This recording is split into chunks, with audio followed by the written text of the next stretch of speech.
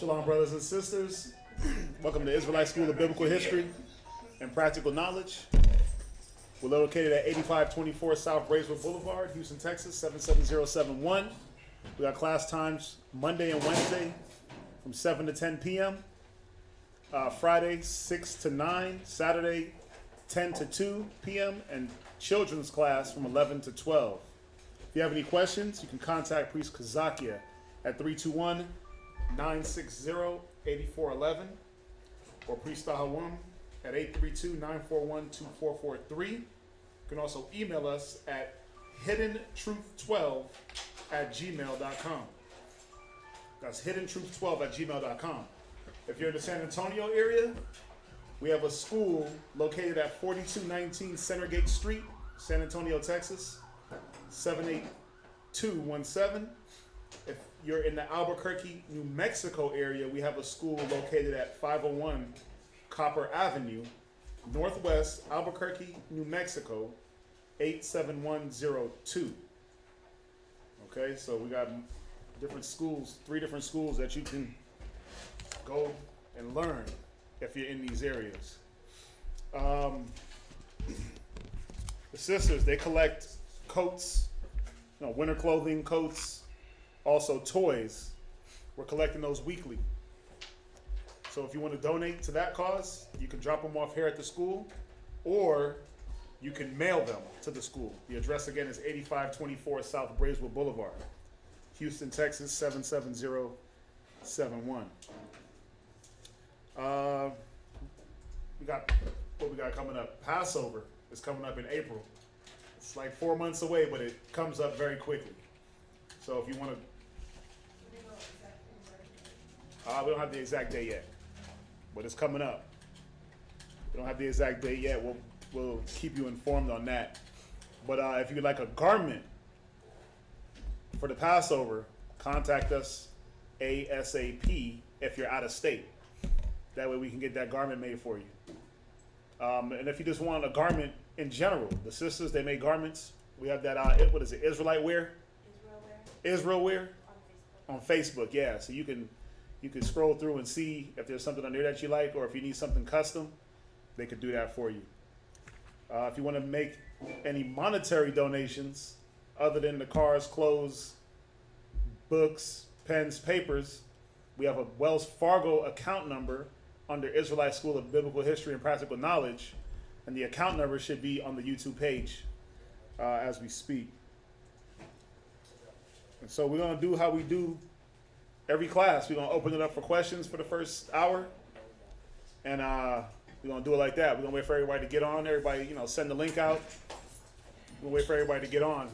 If you got any questions, send them. Anybody in here got any questions?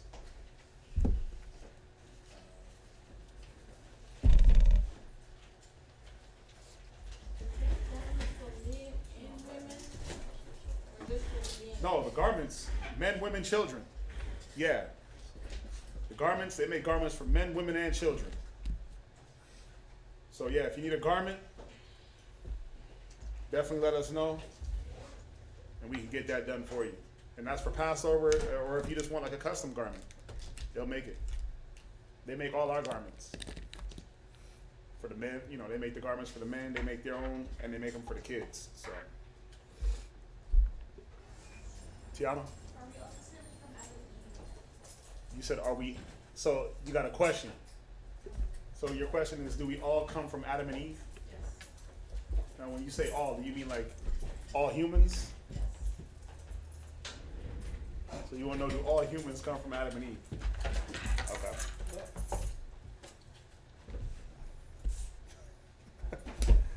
Khan, all humans do come from Adam and Eve. The beginning of humanity start with Adam and Eve. Adam and Eve. Right? Yeah.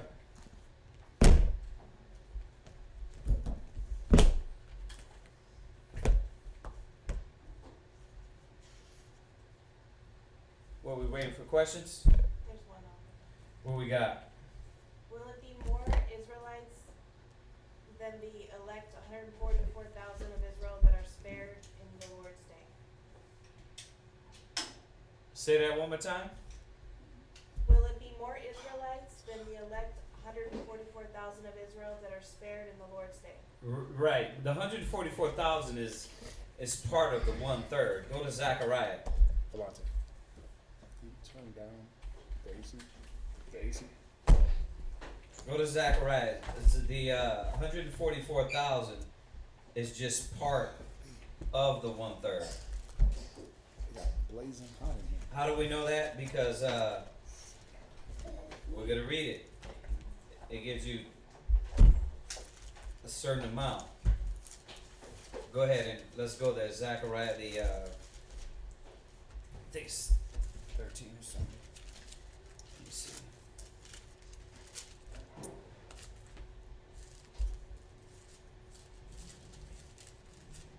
Zechariah 13, yeah, and verse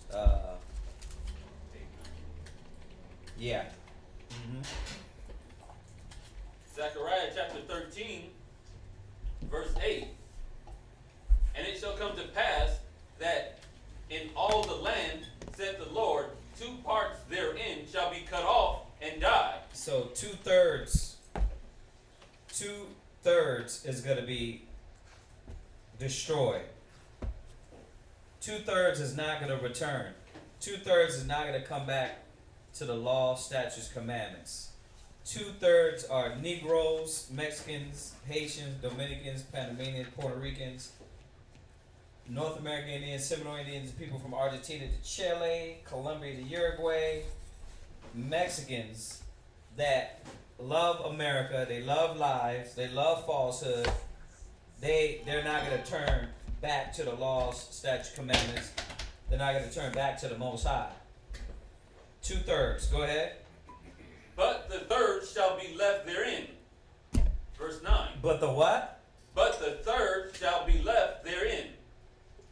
But the third, 1/3, is going to be left therein. So 1/3 of the children of Israel is going to be saved. Of that 1/3, you have the 144,000. So 1/3 is the elect. So that answers your question. So, now we could talk about, it says the children of Israel as the sand of the sea. Right? Gone. Where's that? Daniel's? Go to Daniel's. What happened? Something like tripping on it? No. It's Oh. I feel lighter, man.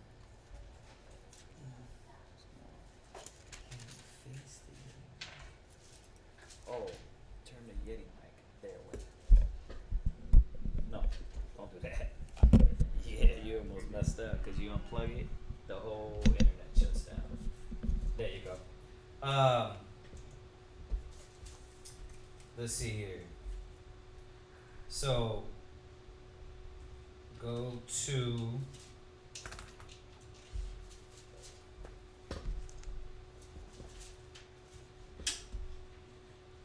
and then we're gonna go to,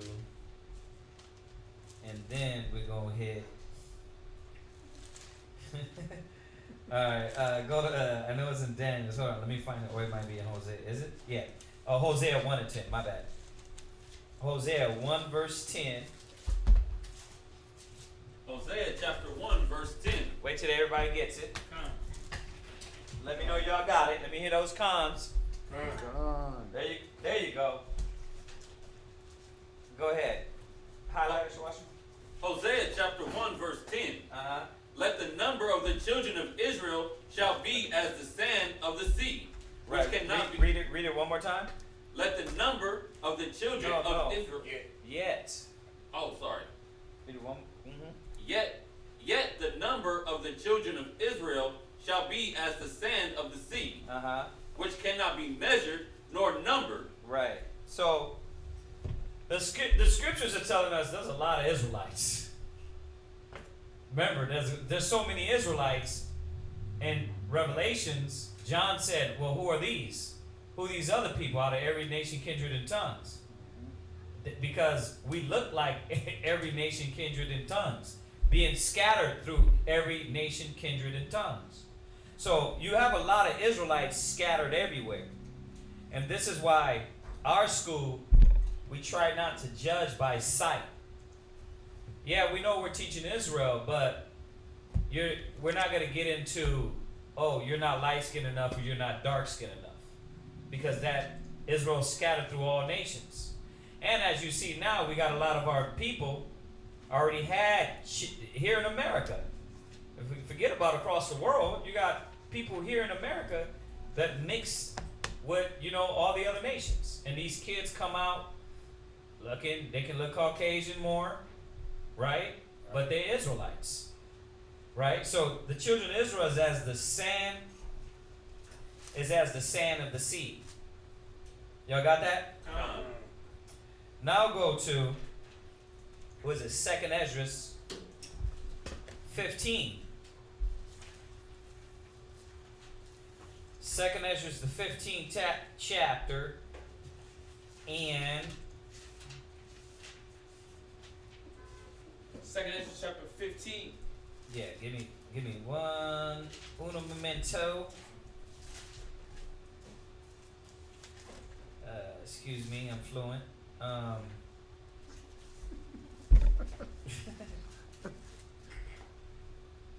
Second Esdras, I think it's 15. You know what? 2nd Esdras 8. It's 1 and 15 also, but let's go here. 2nd Esdras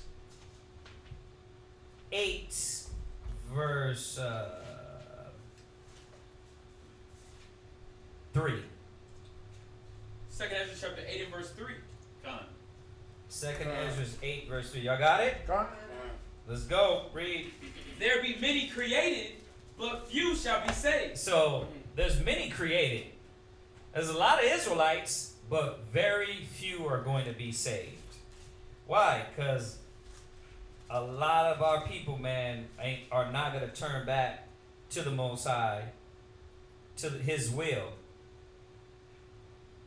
Y'all got that? Go to, let me see, hold on. Let me see, I'm going to find the one I'm looking for, but while I'm doing that, go to 2nd Ezra 9, verse 20. 2nd Ezra chapter 9 and verse 20. Yeah. So I considered the world, and behold, there was a peril because of the devices that were come into it. Right. And I saw and spared it greatly, and have kept a grape of the cluster. Moses said he kept a grape of a cluster. So if you go to the store, you got a cluster of grapes. He kept one out of those grapes. That's how many people are going to die to how many people are going to be saved. A grape to a cluster. Go ahead. And a plant of a great people. Uh-huh. Let the multitude perish then. Let the what? Multitude perish. Read. Which was born in vain. Which was what? Born in vain. Which was born in vain. And I skipped it.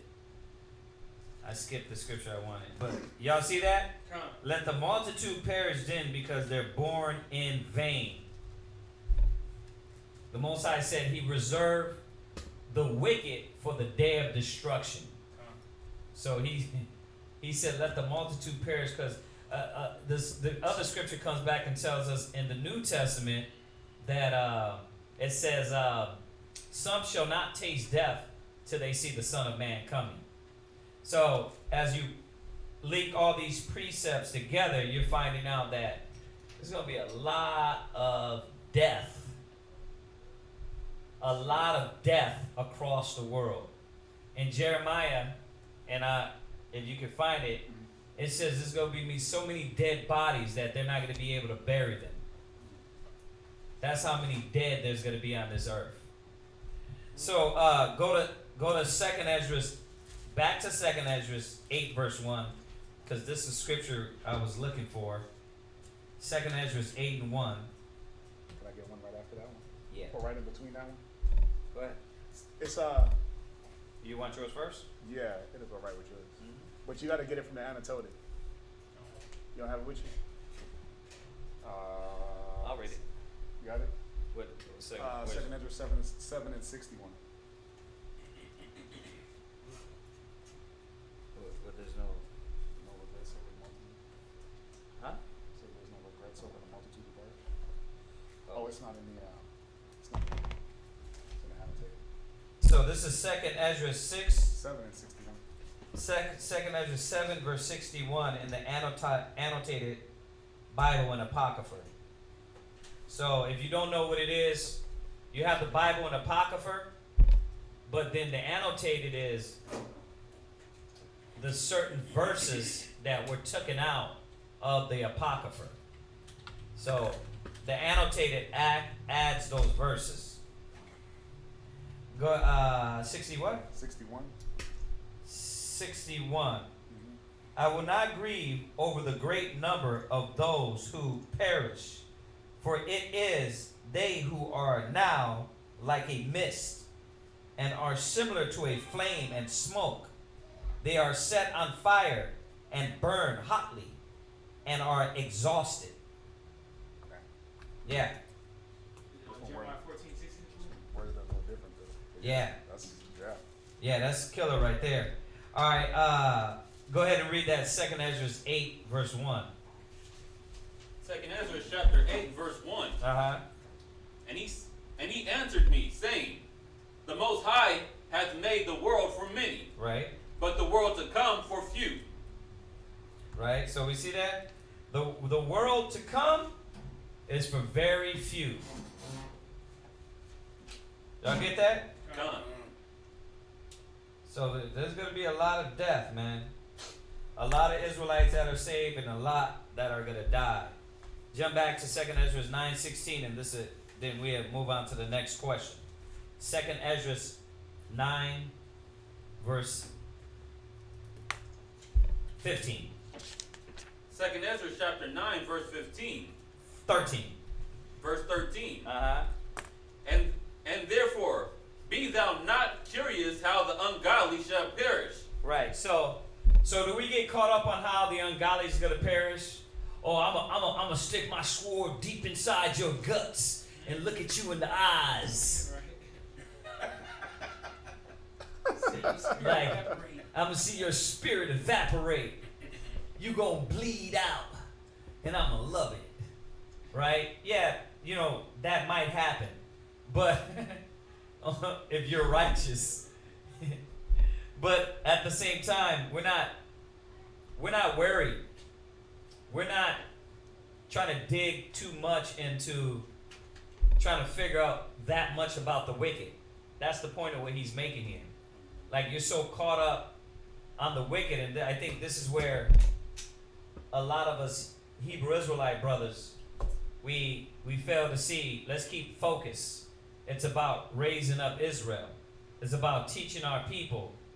You can only go so many times out in the street and bash the white man. He's not the problem. You're the problem. White man's not the problem.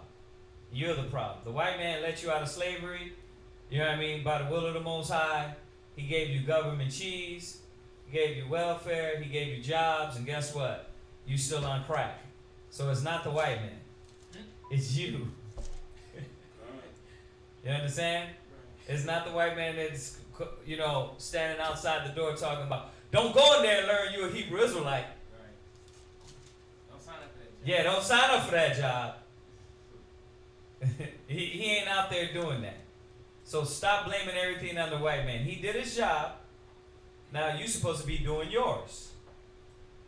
See? But you got a lot of our people, man, they always crying about what the white man did and how evil he... But guess what? The Most High made him do that. So stop tripping and get back on the path the ass whooping was meant for you to see. Because it was meant for you to see the Most High is the power. Who's the power? Yahweh's the power. There you go. All right, read. And when? But inquire how the righteous shall be saved. You should be inquiring how you gonna get your tail out of hell. you gonna get yourself out of the conditions of everything that's going on in this society today. You should be fighting how to be delivered more. You understand?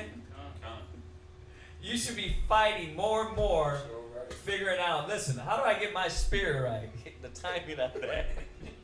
How do I get my spirit right? Because I want to be delivered more. You understand? That's what we should be worrying about. You know, you got brothers and sisters caught up on the wrong things. Go ahead. Whom's the world is. Right, because the world is yours. The world is the righteous, the elect. Go ahead. And for whom the world is created. Right, and for whom the world is created. The world was created for the righteous, the elect. And I say that because the wicked they don't want none of it. Take you in your heaven, take you in your Jesus, and you guys can shove it. That's what they tell us, right? You take you in your Bible, you guys can shove it, right? Okay. Between you and the Most High. You're just telling him, when I see you, just chop down the center of my damn head. That's what you're asking. Go ahead. Verse 14. Uh-huh. Then answered I and said, Read. I have said before, and now do speak, Right. and will speak it also hereafter, Mm-hmm. that there be many more of them which perish There than be them, many more of them which perish. Go ahead. than of them which shall be saved. Go ahead. Like as a wave is greater than a drop. Like as a wave is greater than a drop. It's crazy. That's how much people are going to be saved in death. As a wave is greater than a drop. Go ahead. And he answered me, saying, like as the field is, so is also the seed. Mm-hmm. As the flower be, such as man is. I'm sorry, I skipped a line. Such as the colors also. Sorry, my eyes twitching. No, that's cool. Go ahead. Like as the field is, Uh-huh. so is also the seed. Right, that's good on that anyway. That's good. We got the point across. All right.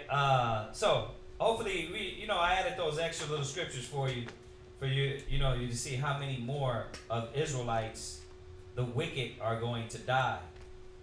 There's going to be a lot of death. All right. We got anything else on that? I got that Jeremiah if you wanted. Oh, the Jeremiah one. Go ahead, read that. It was Jeremiah chapter 14 and verse 16. Jeremiah 14 verse 16. Yeah, you got to add this one to here. Oh, is it? Is it? There's a few of them in Jeremiah that say that. Because I thought it was in 50 or something. Let's see here. Jeremiah what? 14 and verse 16. Hold on one second.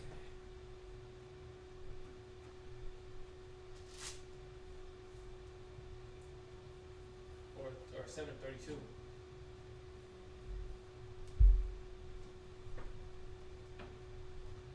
Yeah, you can read that one.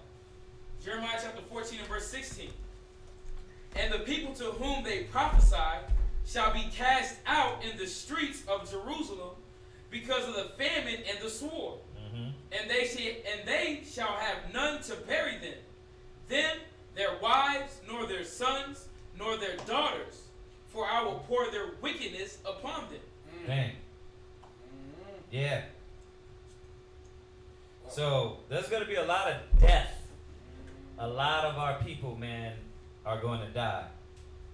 All right. So we got any other questions on that?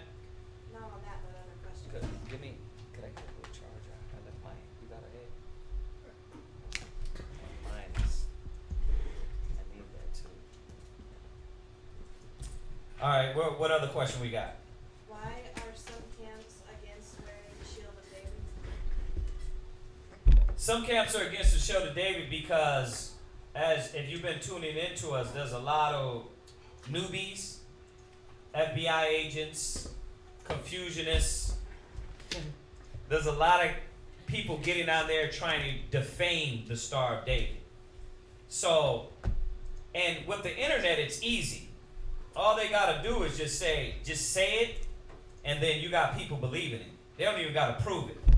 So you have this, I don't know who the hell came up with it. They said the Star of David was the Star of Molech. But when you look up information on Molech and you understand what we were worshiping, dealing with Molech, it had nothing to do with the Star of David. That had nothing to do with that. We were worshiping the stars. Now, are the stars wicked? Wow. Is the sun wicked? Wow. The moon wicked? Wow. No. The Most High created those to be. It's wicked when you serve them. Just like images. You got these knuckleheads talking about you don't supposed to have any images. You don't supposed to have any images around y'all. Yeah, you do. What the hell are you talking about? The Solomon's temple was full of images. Right. Yeah, full of images, lions, gold. The thing is that you weren't supposed to worship those images. You can have images around you like, oh man, you better take that picture down to your grandma.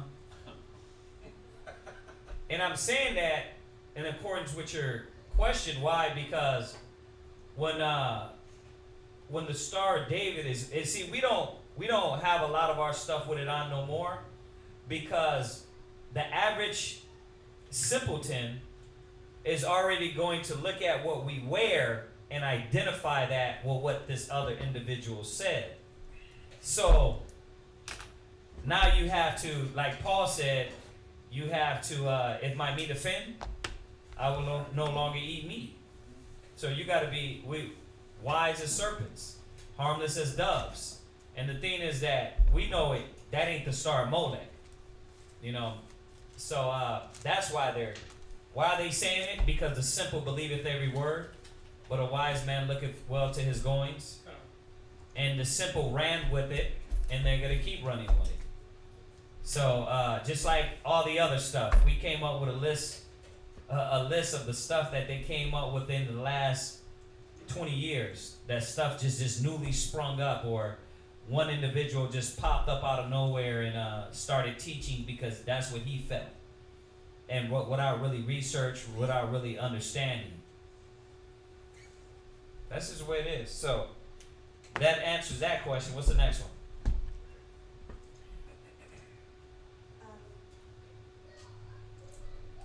Can we use other versions of the Bible to preach the same truth? You know, for the most part, you want to stick with the King James. If we like I just mentioned the annotated Bible and Apocrypha, well, they only made this with the RSV, New World Standard Version or whatever. I think that's what it is, right? So they changed the wording in the sense of, you know, instead of using that old English, they use modern, okay? And to bring out the annotated part of the verses that are not in the Apocrypha that should be there, this is a good book. You see that? But it's going to be worded in today's English Standard. So we use that. Then there's another book we use, you know, when we talk about the Hebrew. Okay? So, yeah, we got these other books, and we use them in instances. Like you got here, the Complete Jewish Bible. This is pretty good because when they translate from Hebrew, this gives you a good translation from the Hebrew. See? But we don't teach out of these. You know why? Because when it comes to the new revising of the words, that's when they start to switch things up. So even though we might use this in one instance, we're very careful because, and we try to tell everybody, use the King James Version because that's the best or the closest to the Hebrew. So, yeah. But you don't want to, like, there's some Bibles, man, they cut out Christ's dark skin. They cut that out. Yep. They're cutting color out of the Bible. You know, there's some books they cutting straight out scriptures out of the Bible. So, Especially in the gay Bible. yeah, okay. God. I got I believe it. Like the Romans 1:26 down. Oh, really? They take that out. Wow. Oh, I didn't know that. Yeah. So yeah, bro. We try to use the King James version most of all, and even with the King James version, you'll see where that we're still dealing with certain words. We're still trying to go into the Hebrew on it, you know, to get a little deeper. Okay. So you want to stick to the King James, and if you start getting into your Hebrew, we keep saying it. It's the closest. It's not Hebrew, but it's the closest translation to English. Okay. So what else we got? How accurate is the 12 tribe chart? How accurate is the 12 tribe chart? The 99% accurate. Why? Because all the history, the archaeology that comes with that, the anthropology. When you deal with these people who migrated, when you deal with the curses of the Bible, so 99.9% accurate. That's why you have to, when you go over to the tribes and you go over the history, you got to have all that information. And we've answered that question many of times. If you go on our webpage, we can link, not our webpage, but if you go on the YouTube, we can link it to you. We can hit you with all the books we bring out, all the information. We touch on that many of times. Okay? All right, what's the next one? I was told Mamzers are children of incest, but others are teaching that they're just mixed children. Clarify. What was that? Incest, right? Incest. Yeah, when you. Oh, okay. When you look up Mamzars, it's incest. When you go into that word. What are y'all looking at? So we're gonna get the Zondervan dictionary real quick and look it up here. The class one too. Yeah, we got a class on that too. We're gonna put the class in the link.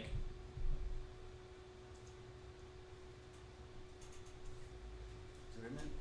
What's the NAC? M-A-M? Z-E-R? Yeah, we'll link that to you because we touch on this. Like, majority of the questions y'all ask is a lot of where Facebook and YouTube starts. You get self-anointed scholars that get on there and swear they know something and without really studying.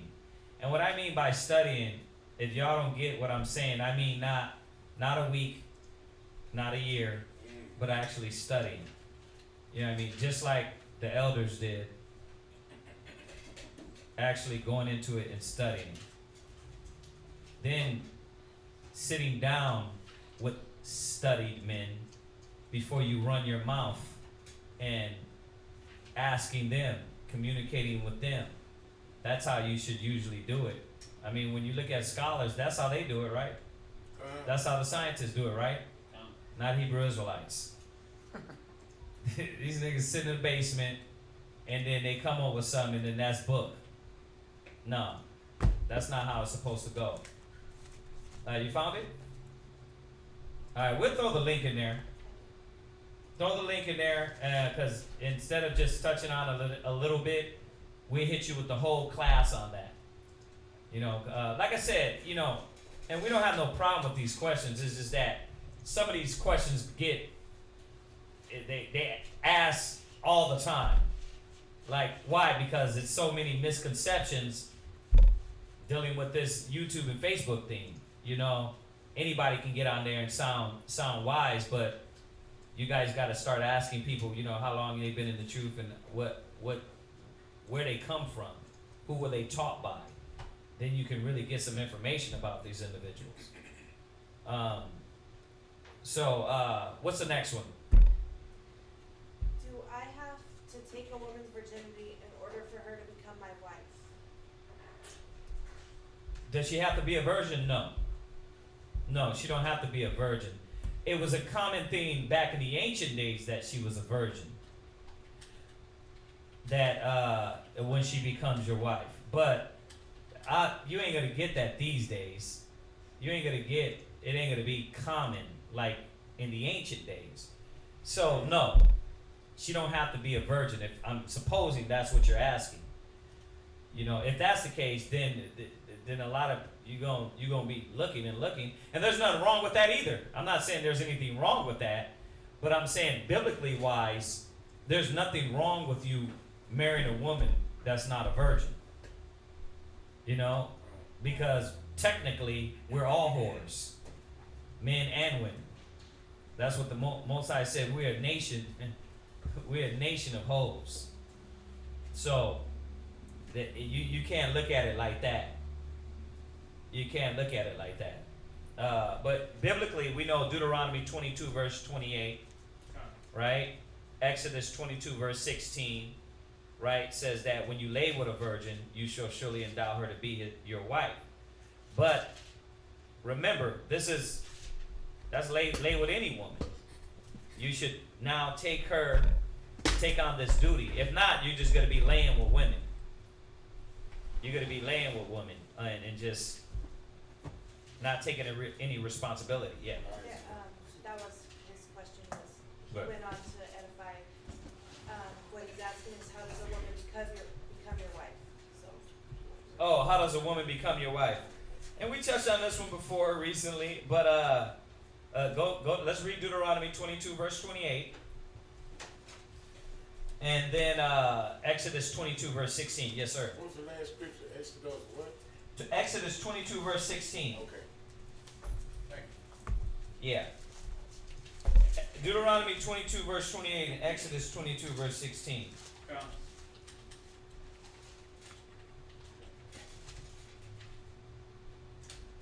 Go ahead and read that first. This is Deuteronomy chapter 22 and verse 28. So, when I answer this question, I try to touch it on both sides now.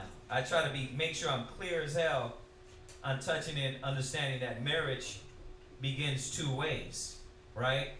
So before we go there, let's go back to Genesis real quick. Before we go to Exodus, let's go to Genesis. Let's go to the beginning real quick.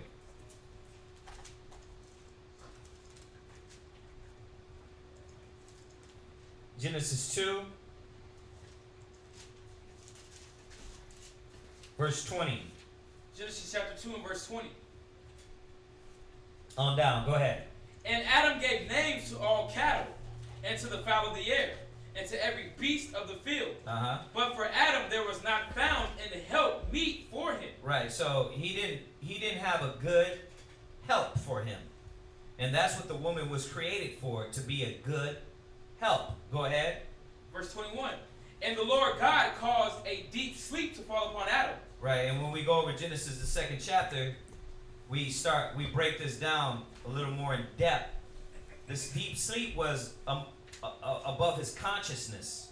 The Most High was working and going to link him with a woman. Go ahead. Verse 21. And the Lord caused a deep sleep to fall upon Adam. Mm-hmm. And he slept, and he took one of his ribs. Right. And closed up the flesh inside thereof. And all that means is that Adam, his wife, was taken from amongst his people. Okay? Wow.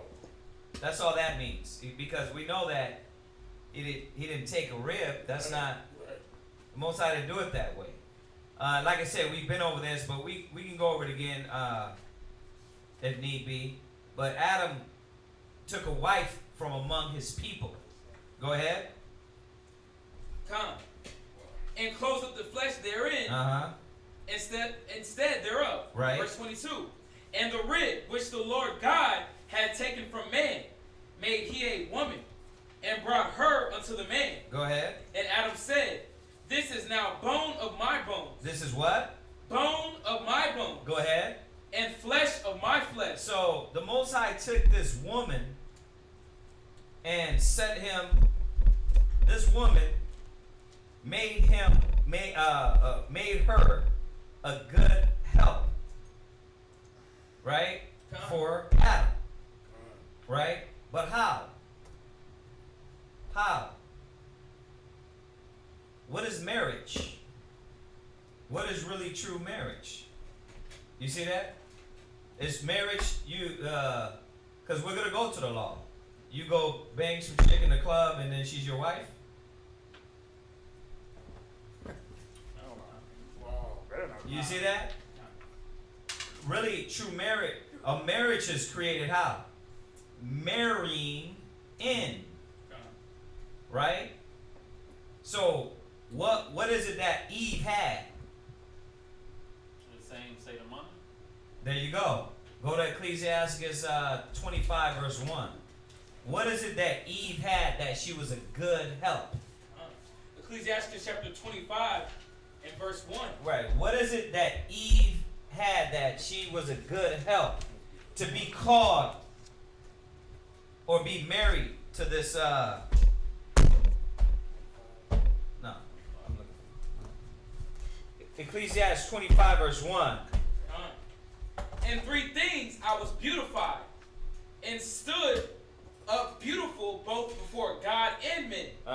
The unity of brethren, the love of neighbors, a man and a wife that agree together. Right. So, what made Eve a good help? She agreed with him. Yeah. Wow. She was in the same mind. Go to Amos 3 verse 3. She was a good help because she agreed with her husband. Like, you can sleep with a woman all you want, but if she's always, if you guys can't come to agreements, a respect of each other, then how could a bond be created? So we're talking about 2 things that establish this marriage. One, we're finding out the spiritual aspect, right? Then we're going to go to Deuteronomy and it says the physical aspect. Go ahead. Amos chapter 3 verse 3. Go ahead. Can 2 walk together except they be agreed? Right. So what happened that Adam needed? What did he need? You think he got somebody that was like, baby, could you go over here? And she was like, oh, why you got me? Why you can't get up and do it? You think she was gonna be the first woman? The first, she would have been the first nigga woman. First divorce. Yeah, the first divorce, the first one that she was gonna have kids and then Adam would have another wife, right? But no, Eve was the one because she agreed. Because she understood about being like-minded, with her husband. Y'all get that? What do y'all get? What do y'all get? Being of Go ahead, I talk loud. being of the same mind, like we're both on this path together. Right. Like this is what I'm about and this is where I'm going. Are you willing to come with me? Are you willing to come? That's a good help. A good help. It says, watch, we're going to show you. So read that again. Read Amos 3 and 3 again. Then I want you to get 1 Corinthians 1 and 10. And then give me the one that says, a helper unto himself. Amos chapter 3 verse 3. Go ahead. Can 2 walk together except they be agreed? So, can 2 walk together except they be agreed? No. Christ said a kingdom divided against itself cannot stand. Y'all get that? Con. So, if you like, if everything you do, you know what I mean, Sam, you was like, and I can use you because I know your woman ain't like this. That's why y'all been together long as hell, right? But you like, baby, you know what I was thinking about spaghetti? I wasn't thinking about spaghetti today. It's like, huh? Baby, I love this. I love these shoes. I don't like them. Ugh, you gonna wear those nasty. Those are shit. Ugh. You think about it, right? Right. And vice versa. You think people can marry and join together and they don't agree on nothing? Now, above all, you have to agree in the spirit, right? Baby, you know what I was thinking about this house over here? Ugh, that's nasty. Why you got me over here? I'm so disgusted at this. Like, right? So this marriage is created where?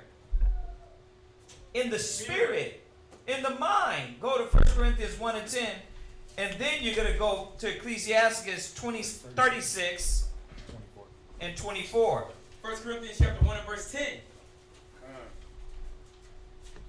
So the question was about marriage. What is marriage? So I'm showing two sides of this because the two sides matter. First side, which is spiritual. The second side, right, is carnal, which we all know. You lay with this woman. But the first side we don't understand. You know what I mean? You got all these rappers trying to domesticate ex-strippers, right? And their relationship starts and ends. Right? Wow. She's a TV hoe.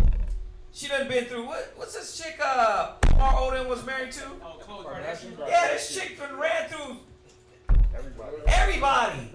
Yep. Like literally. Like, through people. and they all 7'1". It's like, damn, they putting in work. Basketball athletes. Yeah, athletes. Right? That ain't determining that married. The marriage is two things.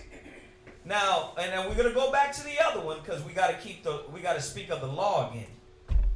And this is why I'm bringing this out because I think we used to bring it out about the law of the man lane, but I think we forgot to bring out that, wait a minute. Push the spiritual. Yeah, the spiritual. We're pushing the physical, but we got to push the spiritual. You see that? You got to have the both, the physical and the spiritual. 1 Corinthians 1 and 10. 1 Corinthians chapter 1 and verse 10. 1 Corinthians 1 verse 10. Now I beseech you, brethren, by the name of our Lord Yahushua, that ye all speak the same thing. So, the scripture in Ecclesiastes 25 verse 1 said, a man and a wife that agree together. This is what the Most High is pleased with. Right? We went to Amos 3 and 3 that shows, can two walk together lest they be agreed? To further edify that man and that woman have to agree. If not, you'll be in chaos. You'll be in war of the roses, right?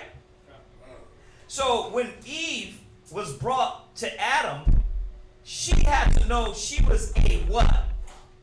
Help meet. A good help. Now we can talk about what brings you into the mind of a good help. Right? We can go back all the way to Peter's, to Ephesians, to being submissive. Everything we were talking about the other day, and we're going to probably refresh a little bit tonight. But this has to be there. So why don't we anymore go meet a woman, pop off in the parking lot, and then say you my woman? We understand we understand. We understand one, the law, that we're not supposed to be making holes out of the daughters of Zion. Then two, we understand that if I'm going to really be serious about having this bond with a woman, I got to know this woman's mind. You gotta actually take time to create the bond. You got to create the bond. Yeah. It don't take one night. Yeah. Turn these. Come on, love. Turn up my snare. Give me All right, give me go. some bass. Go ahead.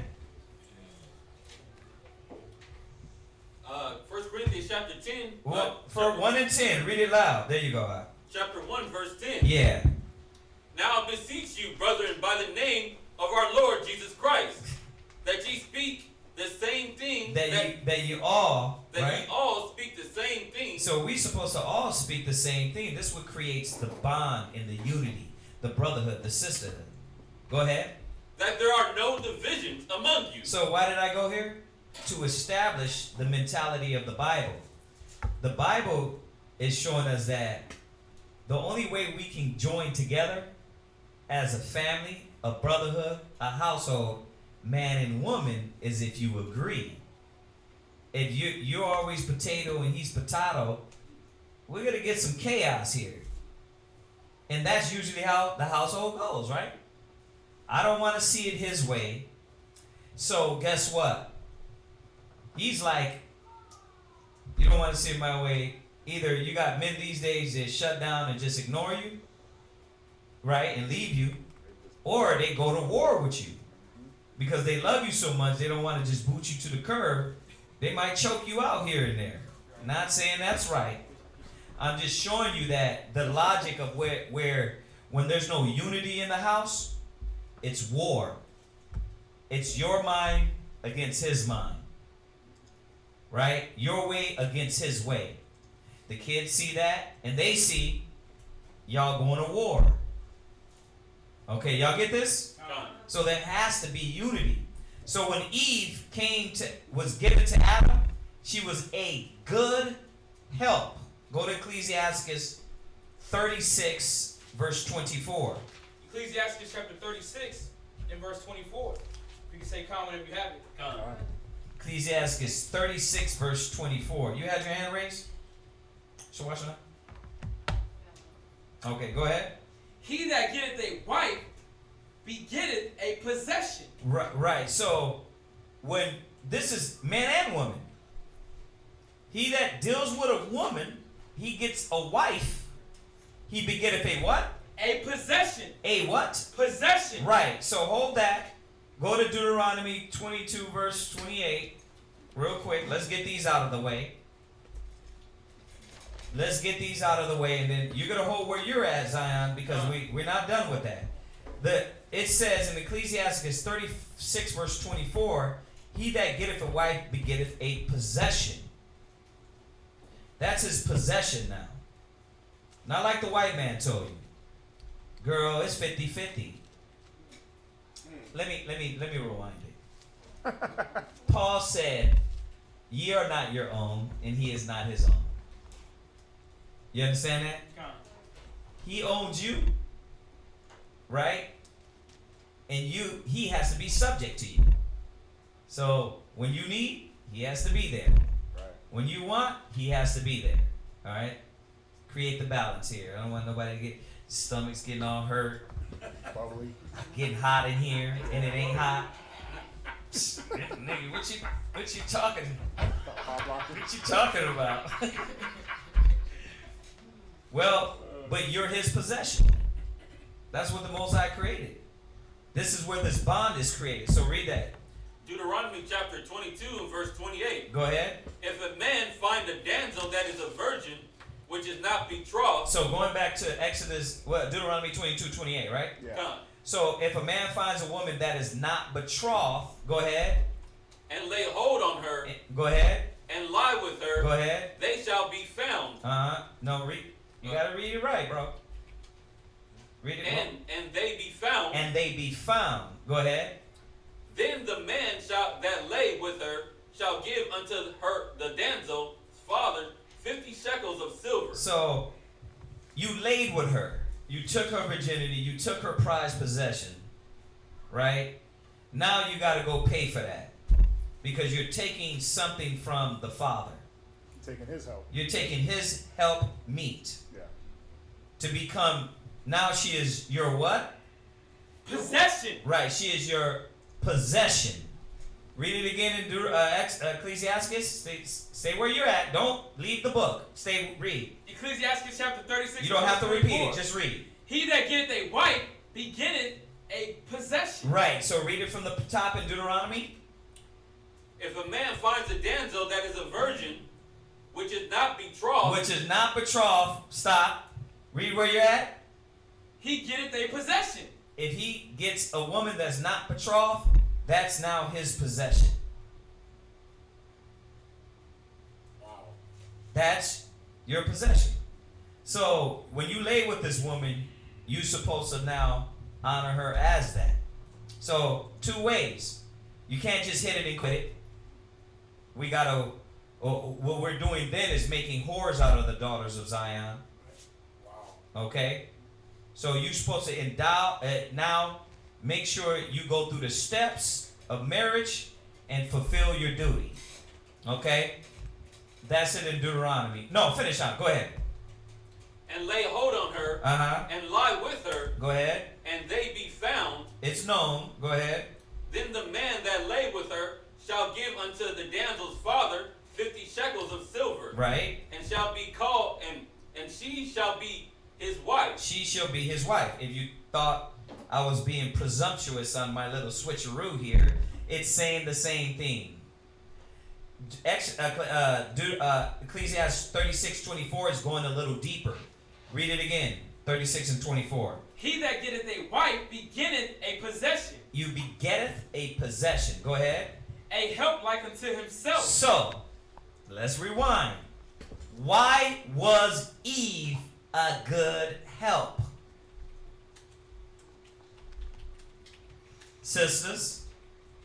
Sisters, why was Eve now a good help? Shawashana.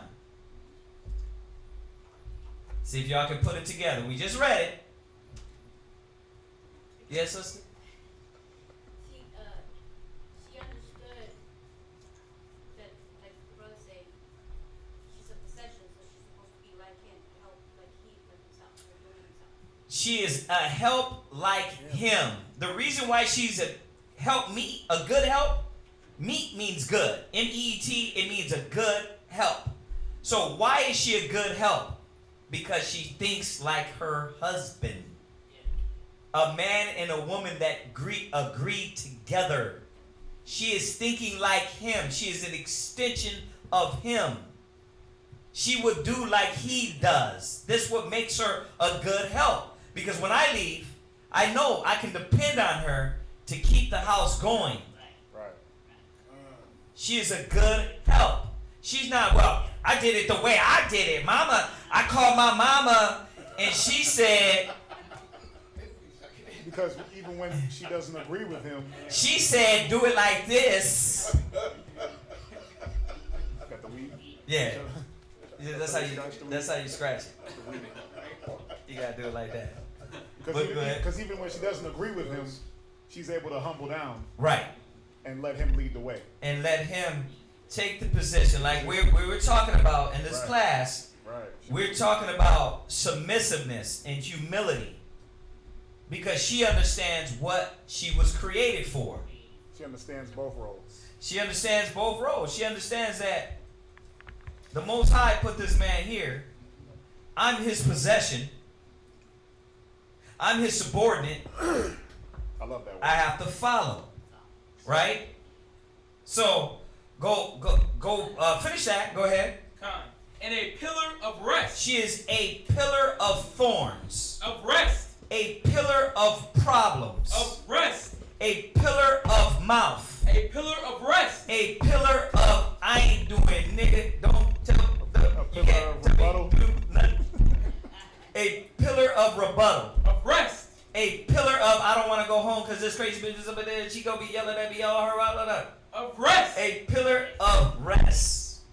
Sorry for the adding, but you gotta add because you gotta put all those things in perspective in your mind when you're doing them, and then you have to realize, damn, I be doing that.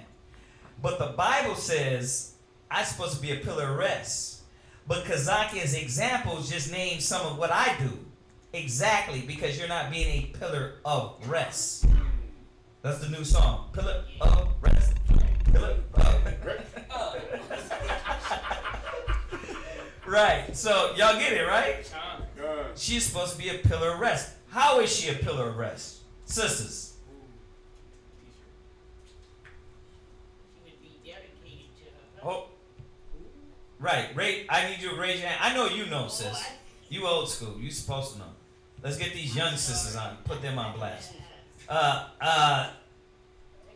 Exandria. Fulfill ye my joy, Philippians 2 and 2. They be like-minded. how are you a pillar of rest to your husband? What is the Bible teaching us? Right. What does that mean? A help like unto himself. What does that mean? There you go. But why are you not in agreement?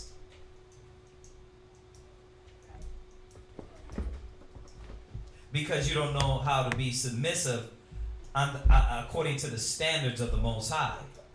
You don't know how to have humility according to the standards of the Most High. You don't know that you were created from the beginning to be a good help to your husband. So all these things don't come into play when you look at things and you perceive and you second question and you so-called judge, because you're thinking, well, it could have been done this way. It could be done 1,000 different ways. That's why when you were Joe Donut Head, he did it his way. Joe Dummy, he did it his way. Joe Gangbanger, he did it his way. It could be done a lot of different ways. But now you have a man doing it his way, and even that much more, if he's an Israelite man, he's supposed to be doing it according with much more wisdom. Whatever is done.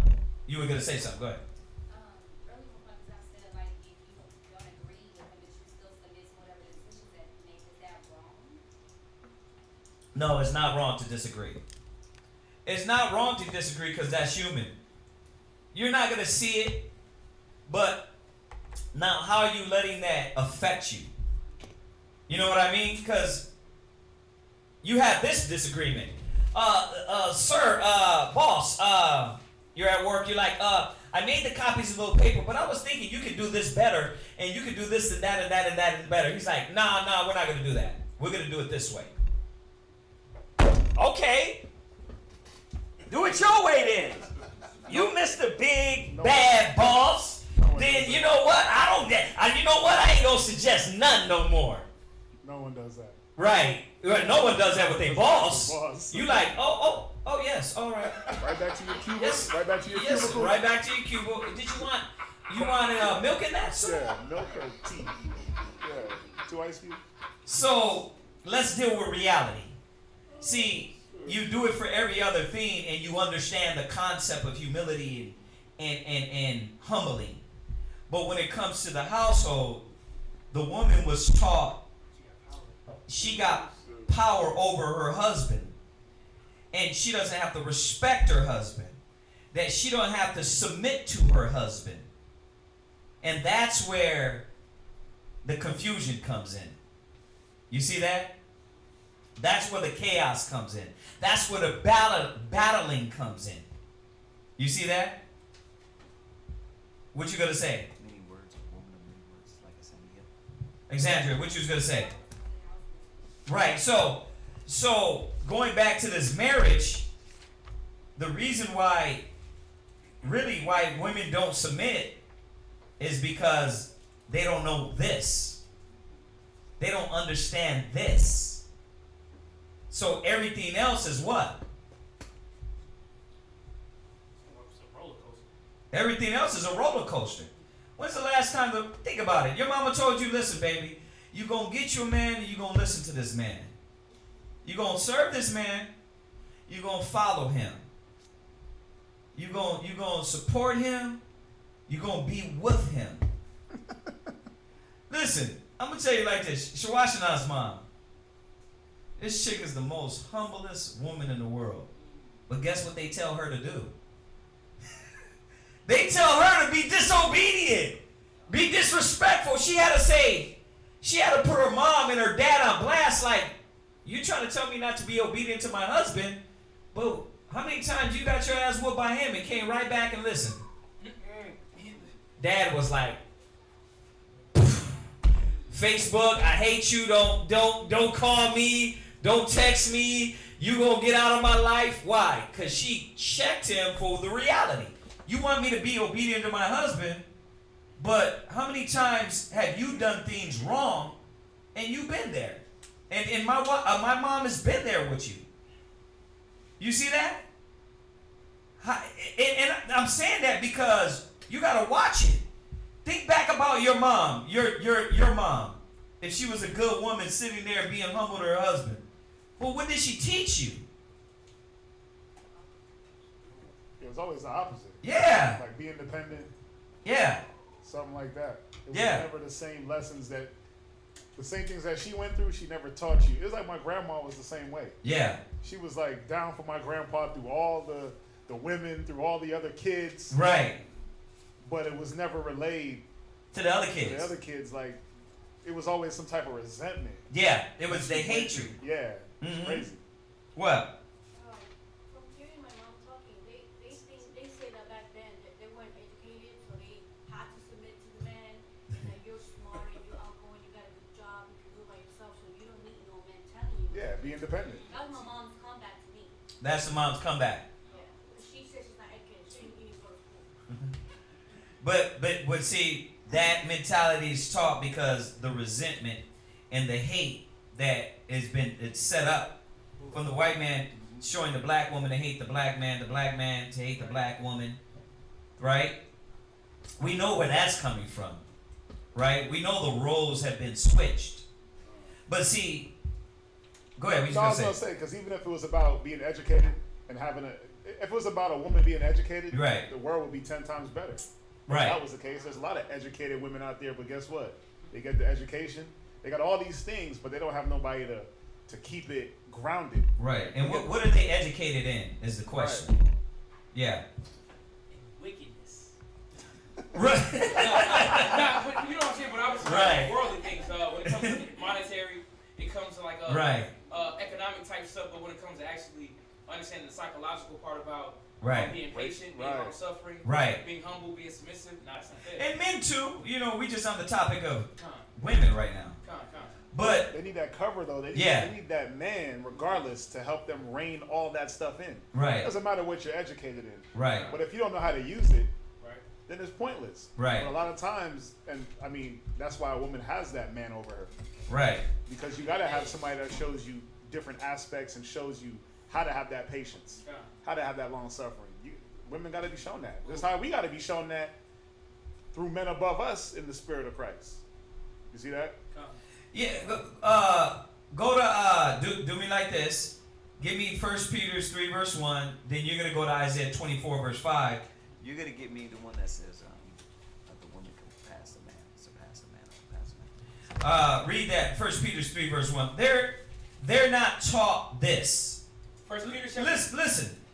Now y'all get. I didn't go to 1 Peter 3 and 1 first. And I know the person that asked the question, we're going way beyond that because it's going into his class. That's why. But when this question was asked, we didn't just go to 1 Peter 3 and 1. Why? Because the understanding of our forefathers, our foremothers, Eve, was set there. We don't just have to go to 1 Peter 3 and 1 and Proverbs 31 to show you about a submissive, righteous woman. Eve was submissive. Until she what? Until she started to listen to Satan. Yeah, you can be independent. You don't need a man. You can do it yourself. Right? I can give you power. Because that's what Eve was about. Eve was about the things that was enticing to her was power. Right? What? Just another quick, I noticed that with people that are born and raised in other countries, when they come here is when they start acting. They put on the pants, their little Duffy starts to smell, and they what? They start to walk around and switch it. I was at the gym the other day, and I feel sorry for Judith. God. I feel sorry for Judith. And it was a workout class. And apparently, her being a Jew thought it was a strip club. Because they were dancing, right? But she made sure everything jiggled. She made sure to show that she was the most disdainful woman in there. Sad. But this is, like you said, when they come over here to America, They look at the standard, the black woman. They look at the standard, the black woman, the beauty, the Israelite woman, and then they say, you know what? I want to be like that, but I don't want to be like that. Right. I want to be like that, but I don't want to be like that. That's how they look at it. I want to look like them, but, well, a lot of them is like, I'm going to act like them. Yeah. Yeah, I'm going to be ratchet just like them. Raggedy, just like that. Right. It's crazy what she said, though, what Shwash and I said. I think about my aunts.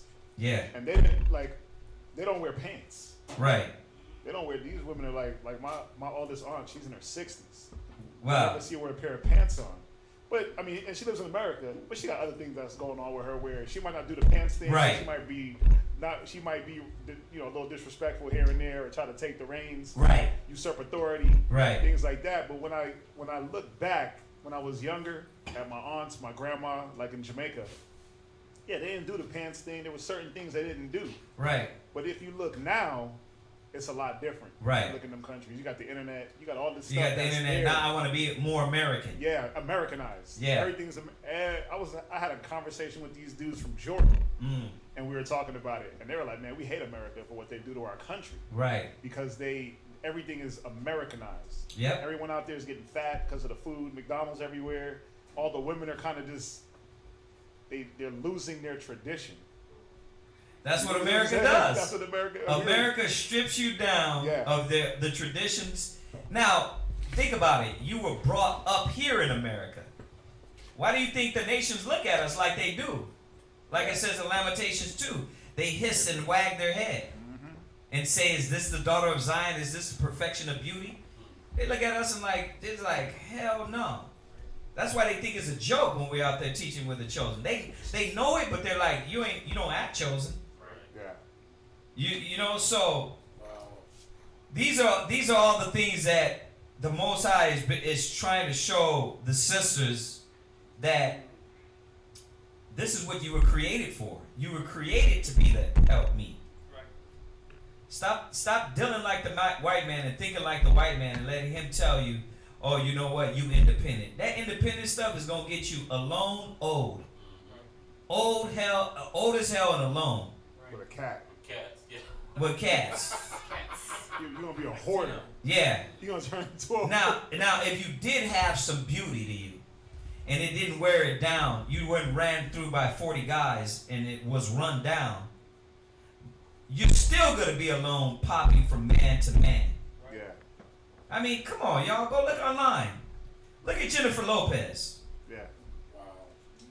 Yeah. This shit, you 40-something still popping around. She's still a thirsty 20-year-olds. Yeah, like, you still being ran through. You got 2 kids.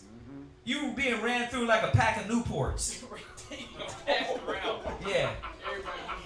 With her, if you notice, when she was Mark Anthony, Right. her Her look changed. because he's more traditional. He's more traditional. Mark Anthony, he put her ass in order. But she wasn't messing with that. Yeah, she wasn't messing with that. She wanted him to, She wanted to be out there. you know what I mean? She would be in the streets. She wanted to get the young, she married the young dude after the dancer. The dancer cat, yeah. Now she broke up with him, and look, She messed like, with Drake. dude, you really see life for what it is when you look at these movie stars. Because you start seeing that, damn, you got ran through in the last year, you've been with 8 dudes. With P. Diddy. Yeah. Affleck. No standard. No standard, no code. And now, that's a woman that got money. Imagine the low self-esteem woman where her hair is to right here and she ain't got nothing. Oh, she can't use money to make up for the She things can't she's use lacking. money to make up for those things. Yeah. How much more is she just being Spirit. pounced around Yeah. like a little bag of meat? How much more is that spirit just destroyed? Why? Because you let the white man deter you from your gift. Your virginity, your that's precious. Your You know, it's just like your box is precious. You were supposed to say, I'm not gonna give this to like everybody. everybody can't get the key. Yeah, everybody can't get that. But now it's like, you know what? Nope, I don't care. Why? Because the standard has been broken down that you're supposed to be a good help to this man. Do you see that? We can go into men too, but we're not right now because this is women. We're talking about women. Go ahead. You know, it's just, it's like when, you know, dealing with the women, even when you're dealing with Christ and the way Christ did everything that he did as far as for the people. Mm-hmm. It's a beauty in being able to serve. Right. You see that? It's a beauty in being able to, for one, play your position and serve and help. Right. But like we were saying, you know, women get put in this mind state of that's not what you should be doing. Right. You need to go out here and worry about yourself. Right. Do you independent? Right. You know, it started with Eve. That's what she wanted. She thought that she was coming into something beautiful. Satan was just putting her in the darkness. He was really cutting her off from. He was cutting her off from her use of what the Most High created her for. There you go. He was putting her in that dark.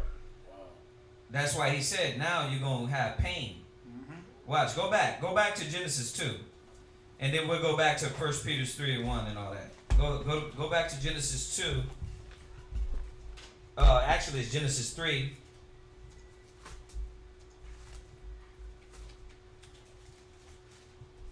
Genesis chapter 2 and verse 1. Genesis 3, and you're going to read,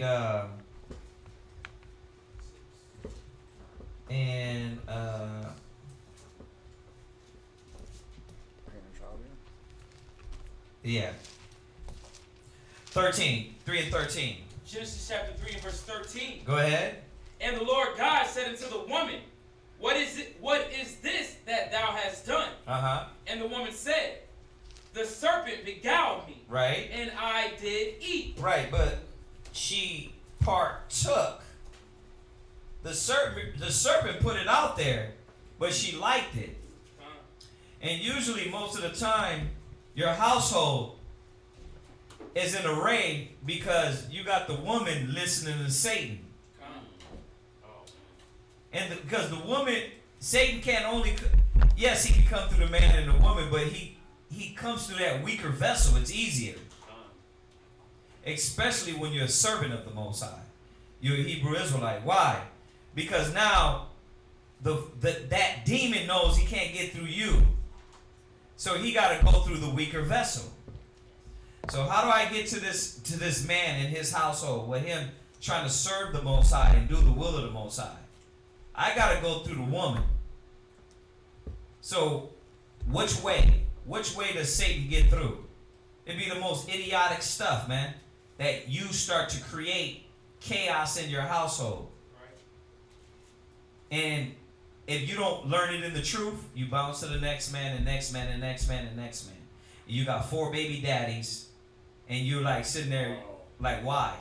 Because you don't know how to be submissive. You don't know how to submit and serve your husband like the commandments says. Either way, when you look at it, either way, when you look at it properly, you're gonna submit to one thing or the other, regardless.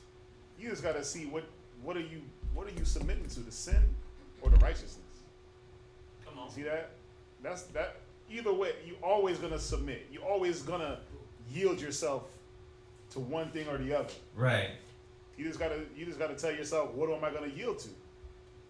Am I gonna yield my members to sin, or am I gonna yield my members to righteousness? Right. Right. My husband or the world, or my husband or this dude, right? Or my job, because he's, it's crazy, man. You get into a little beef with your rib. Yeah. And then she floats around with that for like a week, and then some dude spits he sprinkles something in her ear that she want to hear, and all of a sudden she's now. That's it. Takes that little bit disagreeing. That's how you know you were never married. Ooh. You were never married, because if it's easy as a nigga getting on Facebook and spitting some game in your ear and you get happy about it, yeah, that ain't your woman. Yeah. That's everybody's woman, B. Damn. That's everybody's. That's everybody's woman. Why? Because she's not willing. if she's, let's do this in steps. Finish. Read on. Genesis. Yeah, finish in Genesis. Con. Verse 14. Uh-huh. And the Lord God said unto the serpent, because thou hast done this, thou art cursed above all cattle. Right. So jump from there and jump to verse the curse of the woman. Where is it at? The woman 16. Jump to verse 16. Verse 16. Uh-huh. Unto the woman he said, I will greatly multiply thy sorrow Right. and thy conception. In sorrow thou shalt bring forth children. And they... Listen. Read it again. Verse 16. Unto the woman he said, I will greatly multiply thy sorrow. Stop. That's why you got to read slow. He didn't say, unto the woman I said, I will greatly multiply thy sorrow in conception. He said, I will greatly multiply thy sorrow and. Why the hell you think you're so sad and down and out and you Emotional. and emotional? Why? Sorry. Because I was Because cursed. you didn't. That was because you weren't obedient. You say curse, then they think, well, that's just the way I was made. No, you weren't made that way. This is when you are disobedient to what the Most High set you to be, and you always want to listen to Satan. If you listen to your husband like Eve was supposed to do, there will be unity and peace in the household. But what happens? You're so sorrowful. Why? Why, Shawashna? You're disobedient. Come on, give me a little more in depth. That's too shallow. Well, you're doing things your way, so you're not asking for wisdom. Usually when you're emotional, you don't do things with wisdom. You kind of just move out of wherever you're. Right, but why are you sad? Why is a woman sad? Why? Things are not going your way. Because things are not going your way.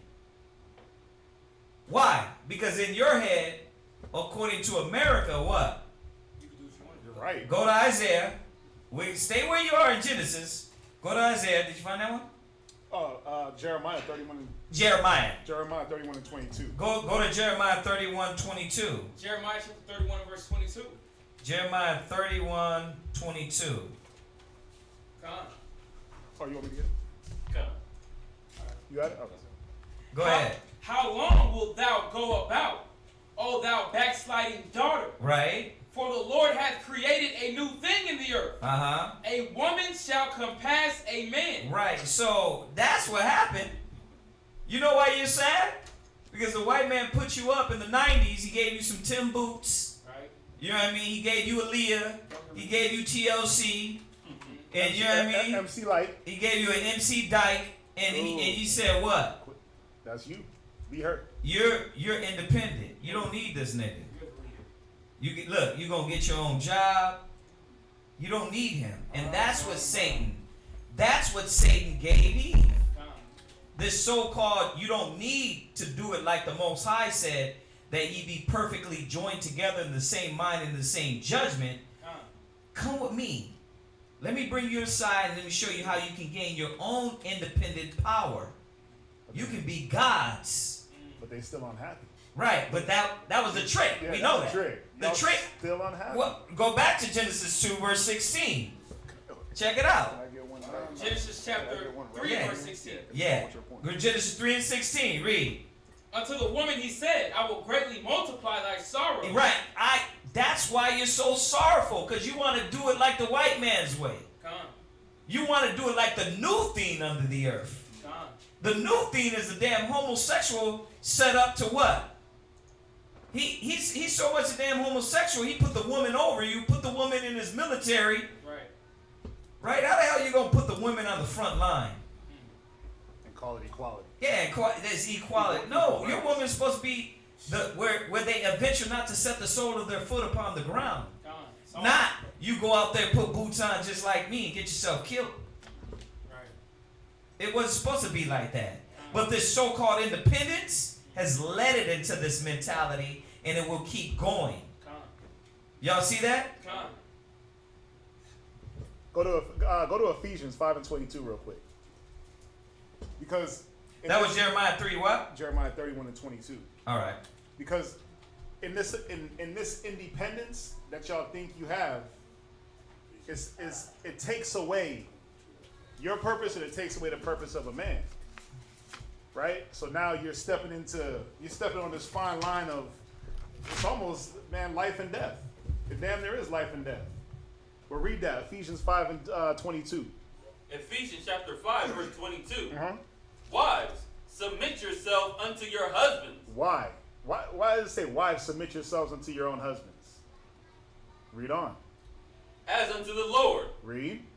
For the husband is the head of the wife. You see that? It says the husband is the head of the wife. But America told you that you're your own head. You see that? America told you that you don't even need a head. You can just do whatever the hell it is that you want. Be free, be independent, be a homosexual. You know what kills me? When I see women with kids and they're dyking it. It's like, pick one. You don't even have a head in evil. You're just out there. Read on. Even as Christ is head of the church. So check this out. It said, even as Christ is the head of the church. Because what was Christ meant to do for the church? For the true believers. It wasn't just lead. It wasn't just to lead them. Read. It was going to lead them to something. Read. And he is the savior of the body. He's the what? Savior of the body. He's supposed to do what? Save. The man is supposed to do what for the woman? Save. Save the body. Save the body. Yeah. But we were set up for the Savior. We were set up to help the woman be led into and to be saved into salvation. But that was taken away from y'all, Adam and Eve. That was taken away. You see that? What's that? No, let me finish. Let me finish. One second. Read on. Verse 24. 5:22. Read. Therefore, as the church is subject unto Christ. The church is what? Subject unto Christ. So the church is under Christ. The church is now subject to something. Read. So let the wives be to their own husband in everything. In some things. In everything. A wife is supposed to be subject to her husband. You got it. Go ahead. In everything. Now, but this is where, just to throw this back in there, this is where Eve was with Adam when she was right. She was subject to him in everything. Right.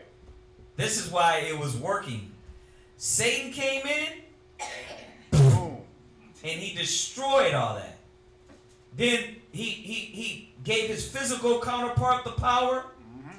He destroyed all that. You see that? Now you have this chaos, confusion. Listen, if it works, why are the percentage of black homes, Latino homes, one-parented?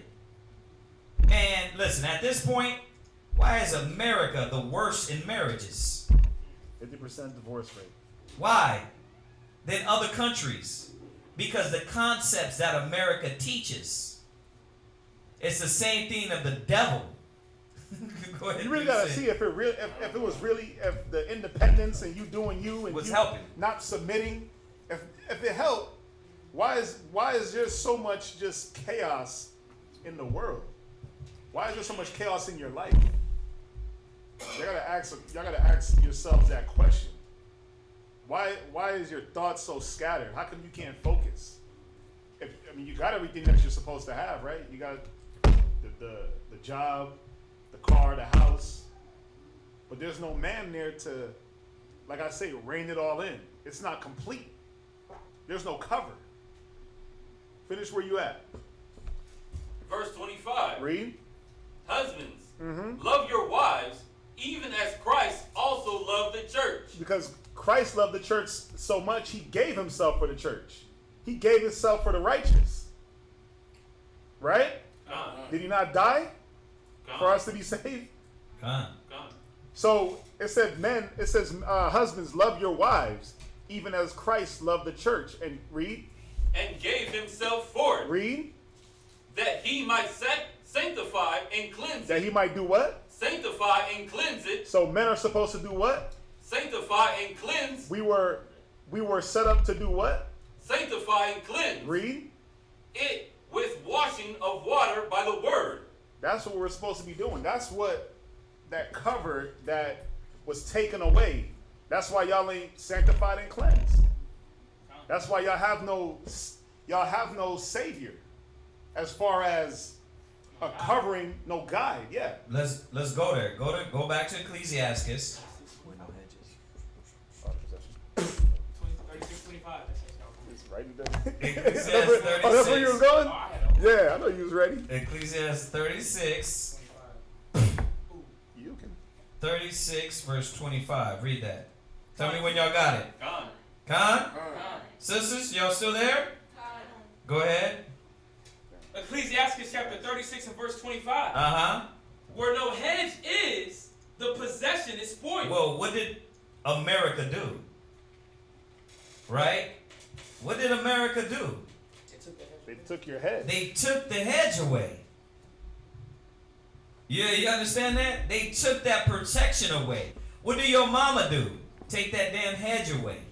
They took away the roof and gave y'all an umbrella. Right. In a hailstorm. They took away the man and gave y'all food stamps. Like, listen, what did they tell you? I mean, let's talk about this. What is the parents these days telling their daughters? Nothing. What?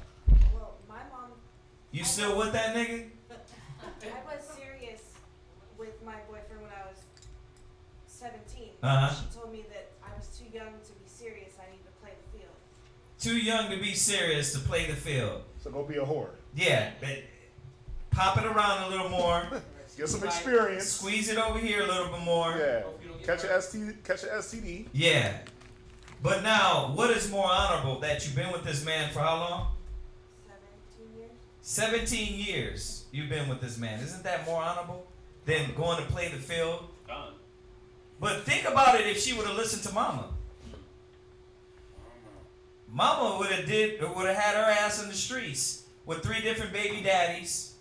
And then would have talked bad about it. Right. Then would have Then said, used it against then her, would have like- used it against you.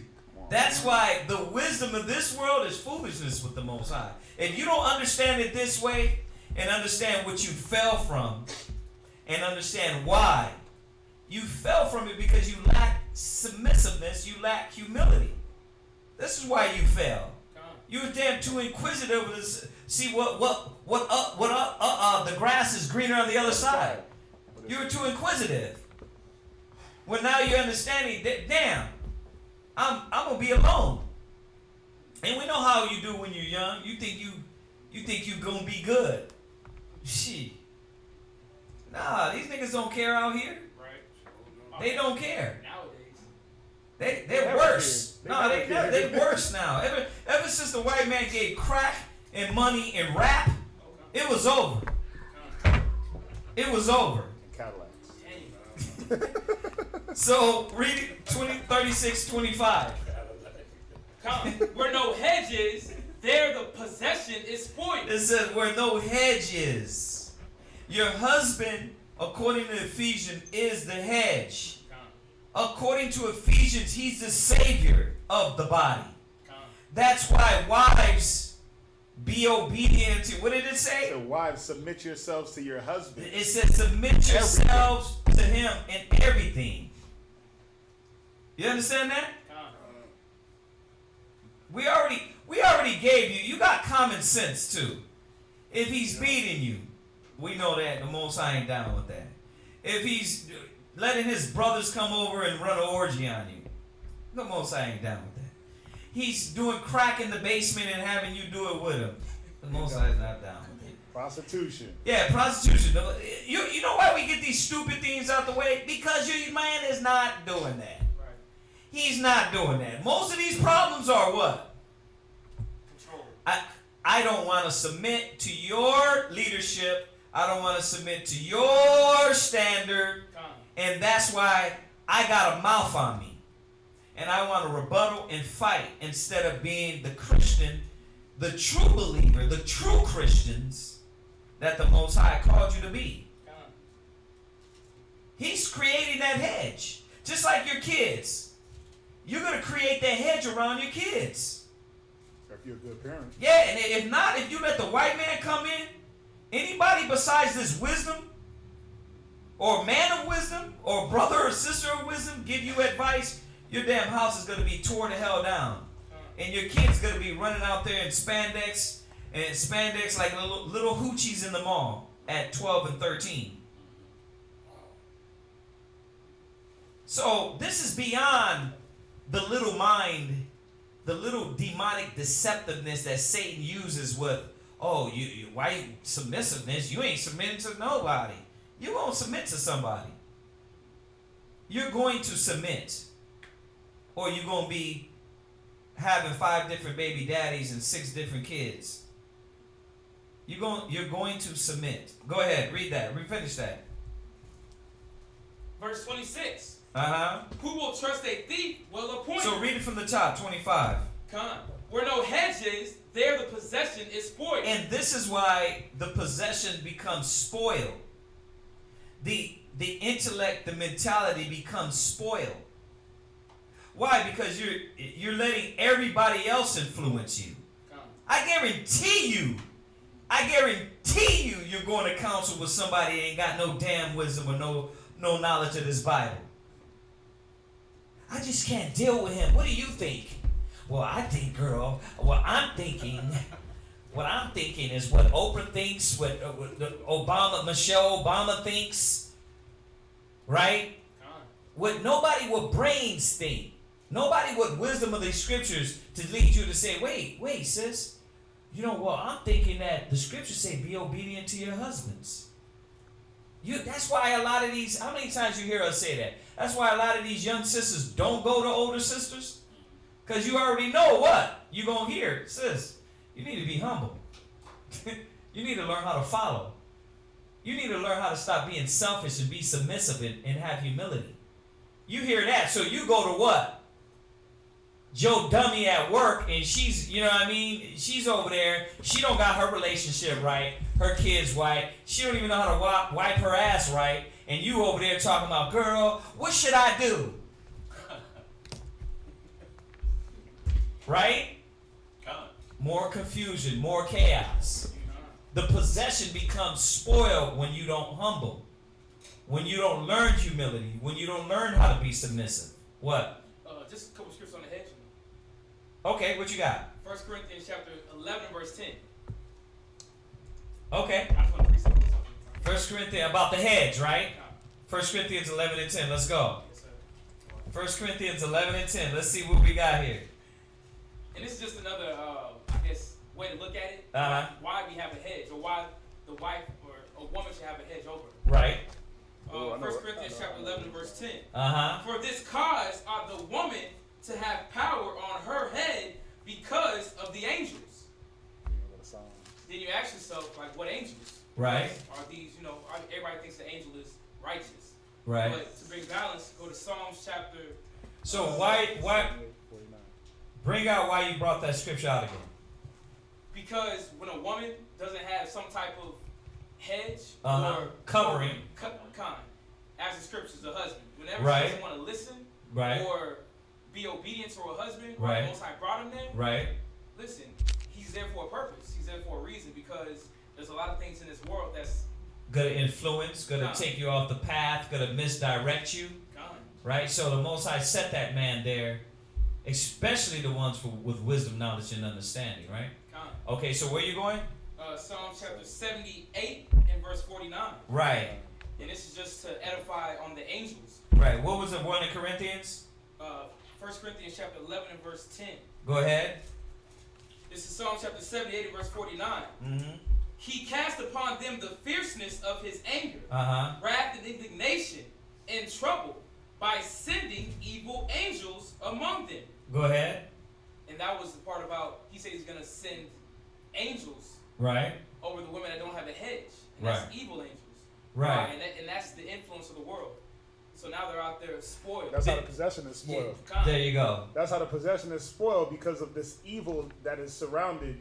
It's like when they go for the counsel. Yeah. They go for the counsel with the sister that ain't got no knowledge. Right. Yeah, what should I do? My man is doing this. What should I do? First of all, why were you going to ask her? She ain't even got a man. She don't even got a man. What kind of advice can she get? She ran off her last man with all her talking. Right. And with her bad advice. So yeah, those evil angels, it said he cast upon them the fierceness of his anger, wrath and indignations. I mean, you got to think about these sisters, man, that don't use the correct counsel. Right. How much turmoil they get into, how much wrath and trouble they get into. It's because they don't have that cover. What's up? I was once dealing with someone, and her mother used to say, I'm listening. he's too good for you. Not he's too good for you. He's too good. Something must be wrong with him. Right. He's too good, something must be wrong. And she ran with that counsel, so that was a seed that germinated in her brain. Yeah. Yeah, it because they don't got no wisdom of the Most High, man. They don't even know how to judge anybody correctly, Right. according to the Spirit of the Most High. So they're not making these decisions based off of anything but emotions, right? Go to first. Can I get? Yeah. Go to Colossians 2:8. Just to show just another way the possession is spoiled. Okay. Another way that the possession is spoiled. Colossians 2 and verse 8. Colossians chapter 2, verse 8. Read that. Beware lest any man spoil you through philosophy. Through what? Through philosophy. Through philosophy. Oh, you got me? Yeah, Man, right there. that's beautiful. There you go. That's good. Through philosophy, read, And vain deceit. and vain deceit. It's like vain counsel. Read. After the tradition of men. The tradition of men is if you feel like your man ain't acting right, you got to kick him out the house. You put him on the couch. He's in the doghouse. That's that's the tradition of men. That's the tradition of men. Like he got all of a sudden he got to move out of his house because you don't agree. Right. That's That's what they put on nonsense. TV. It'd be, yeah. Put Oh that yeah, that's on TV. They put that. Oh, you in the doghouse. doghouse. You don't get none tonight. Yeah. Girl, get over here. You. The hell you talking about? Yeah, exactly. Nah, I'm just. So tradition of men. Read on. After the rudiments of the world. Read. And not after Christ. Yeah, because what does Christ say? It says obey your husband. Make yourself subject to your husband. But in this world, it's like, nah, it's the opposite. I'm going to go obey Oprah, like he said, Will Smith, Barack Obama, Michelle Obama. Yeah. Yeah. All these people that don't even matter. They They don't know you. You sitting there reading self-help books. Yeah, you self-diagnosing. Yeah, you trying to look up zodiacs. You in Jet Magazine still. Instead of saying, damn. You in Cosmopolitan looking up like 10 ways to get rid of your man. Yeah. Or 10 ways to get your man in check. And guess what? Guess who they are? You see them online. 1 minute they talking about my boo. I'm so in love. I'm so in love. And then the next one is like, I don't see why when you put love out there that men they be just using you. Know what I'm saying? Confusion, man. Like you look through their feed, I be like, wow. I feel so sad for you. Cause there's no cover. They're spoiled. Right. Their brain is spoiled. What you got, Zion? Lamentations 4 and 3. And this is what happens whenever the world, the knowledge of the world, like you said, vain philosophies. This is what happens to our women. Okay. Drop it. Lamentations chapter 4 and verse 3. If you say comment, if you have it. Gone. Even the sea monsters draw out the breast. They give suck to their young ones. The daughter of my people is become cruel, like the ostriches in the wilderness. Right. And that's how it is. Like you said, they're ready to kick you out the house. You know what I'm saying? Yeah. Where's the meekness? Where's the patience? Where's the long suffering? Where's the love? They're learning from the world. Now they're not really seeing how the bitterness is seeping in. And that's what the scriptures tell you about that. You know, when you're spoiled, when you don't have no hedge. This is all Israel. This is, we're using this and talking about women, but when you're spoiled and your brain is spoiled, then you don't have no head, you don't have no covering. We see that now online, right? You get bitter as hell. You get bitter as hell to where some people don't even want to believe in the Bible no more. Right. Well, but that's how it happens with the woman. Now you don't want to what? I don't trust no man. Yeah. You know what I mean? Now you running game. You think you running game. Yeah, I'm going to give him a little poom poom so he can pay my light bill. You know what I mean? I'm gonna do a little something strange for change, but you know what? It's all good. Right. You know, because I'm in control. I'm giving it when I want to. When really he's like, that's all I want, whatever. You don't get nothing else. You don't get no dedication. You don't get no counsel. You don't get no true love. All you get is what?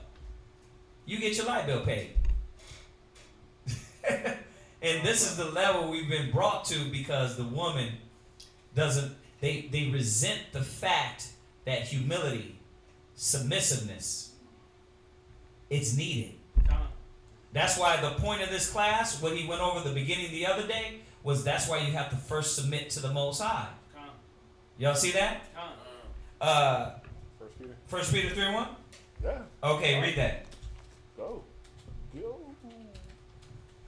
1 Peter 3 verse 1. Read that. 1 Peter chapter 3 and verse 1. Y'all got it? Come. Go ahead, read. Likewise, ye wives, be in subjection to your own husbands. There you go. So that ain't happening. I ain't subject to my own husband. I'm what? I'm subject to everybody else. Come. Not just body. Not just everybody. Right. But everything. Yeah. Social media, all that. Yeah, you're subject to everything. Now it's no longer the fortune cookie that is your wisdom. It's memes. That's your wisdom.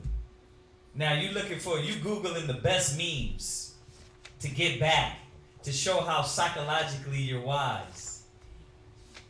I'm sorry, I had to do it. I know I crushed some of y'all's life right there, right?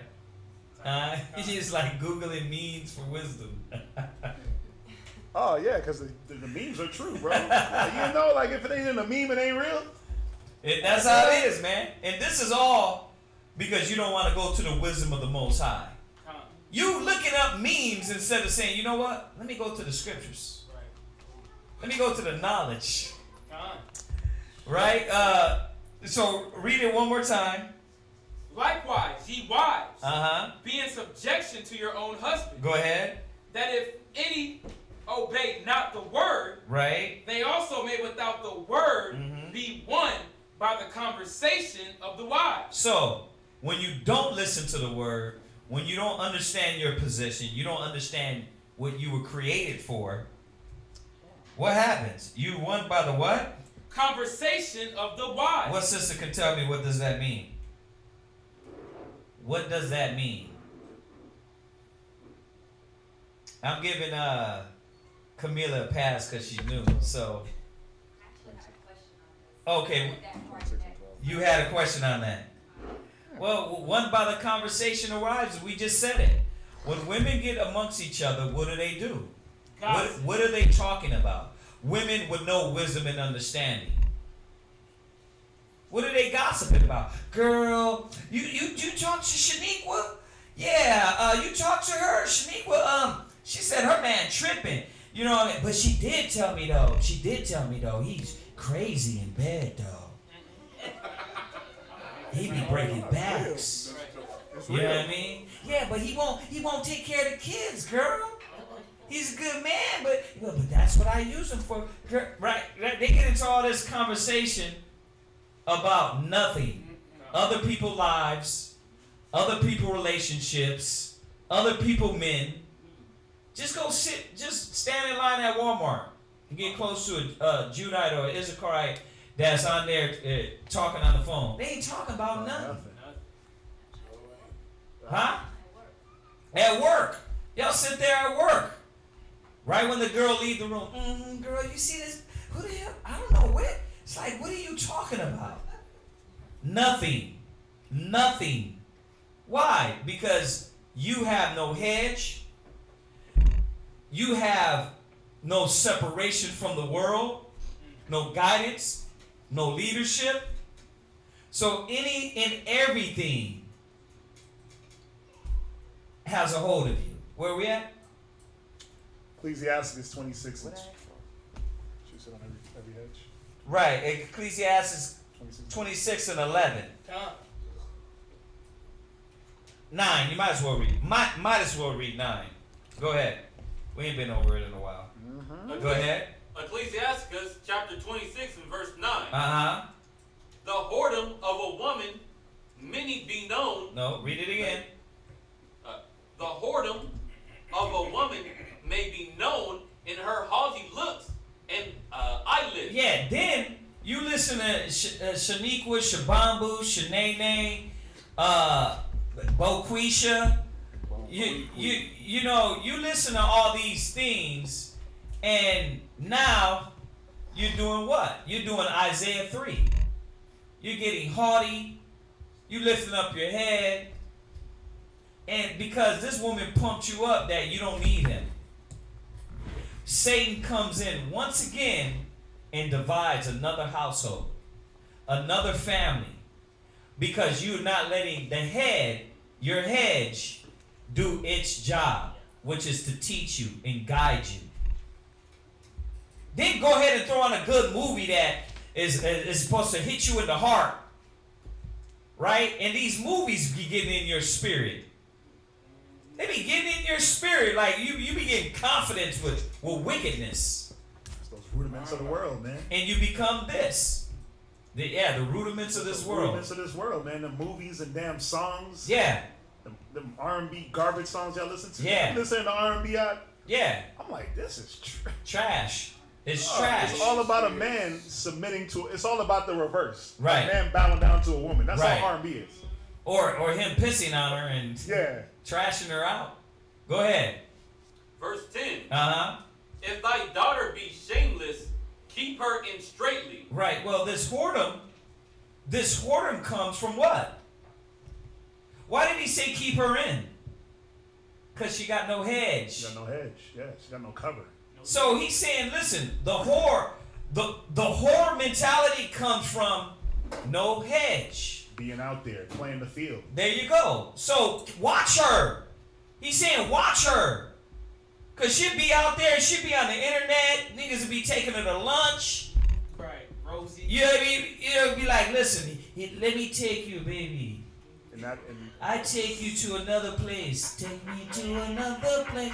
Take me to another. And you be up there like, damn, you be coming in and smiling, and your husband's like, what's going on, babe?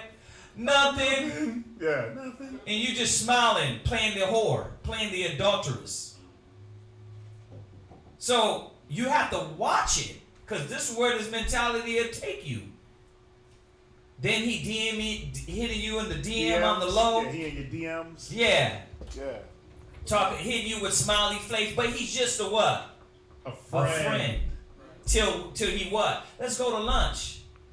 And then lunch leads to you topping him off in the back of his car for a piece of chicken. Yeah, for number 5. And then next you know, you come crying to your husband saying what?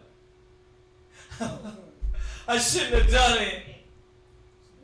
Or you just try to hide it forever. Yeah, you try to hide it forever. Let it rip your soul up, and he still find out. You got it. Yeah. And he still find out. Now he got to piece your ass back together. Right. Then he got to piece you back together, right? Years later. Years later. Years later, when you found out the baby ain't his. What? There was a situation, and a brother, he was with, everything looked great on the outside, and they were together for a long time. They had like 6, 7 kids, and then all of a sudden, she just dropped off the face of the earth. Didn't nobody know where she went, or what happened to her. Huh? And she was gone for maybe 3-4 months. She went with the Jamaican Don Dada.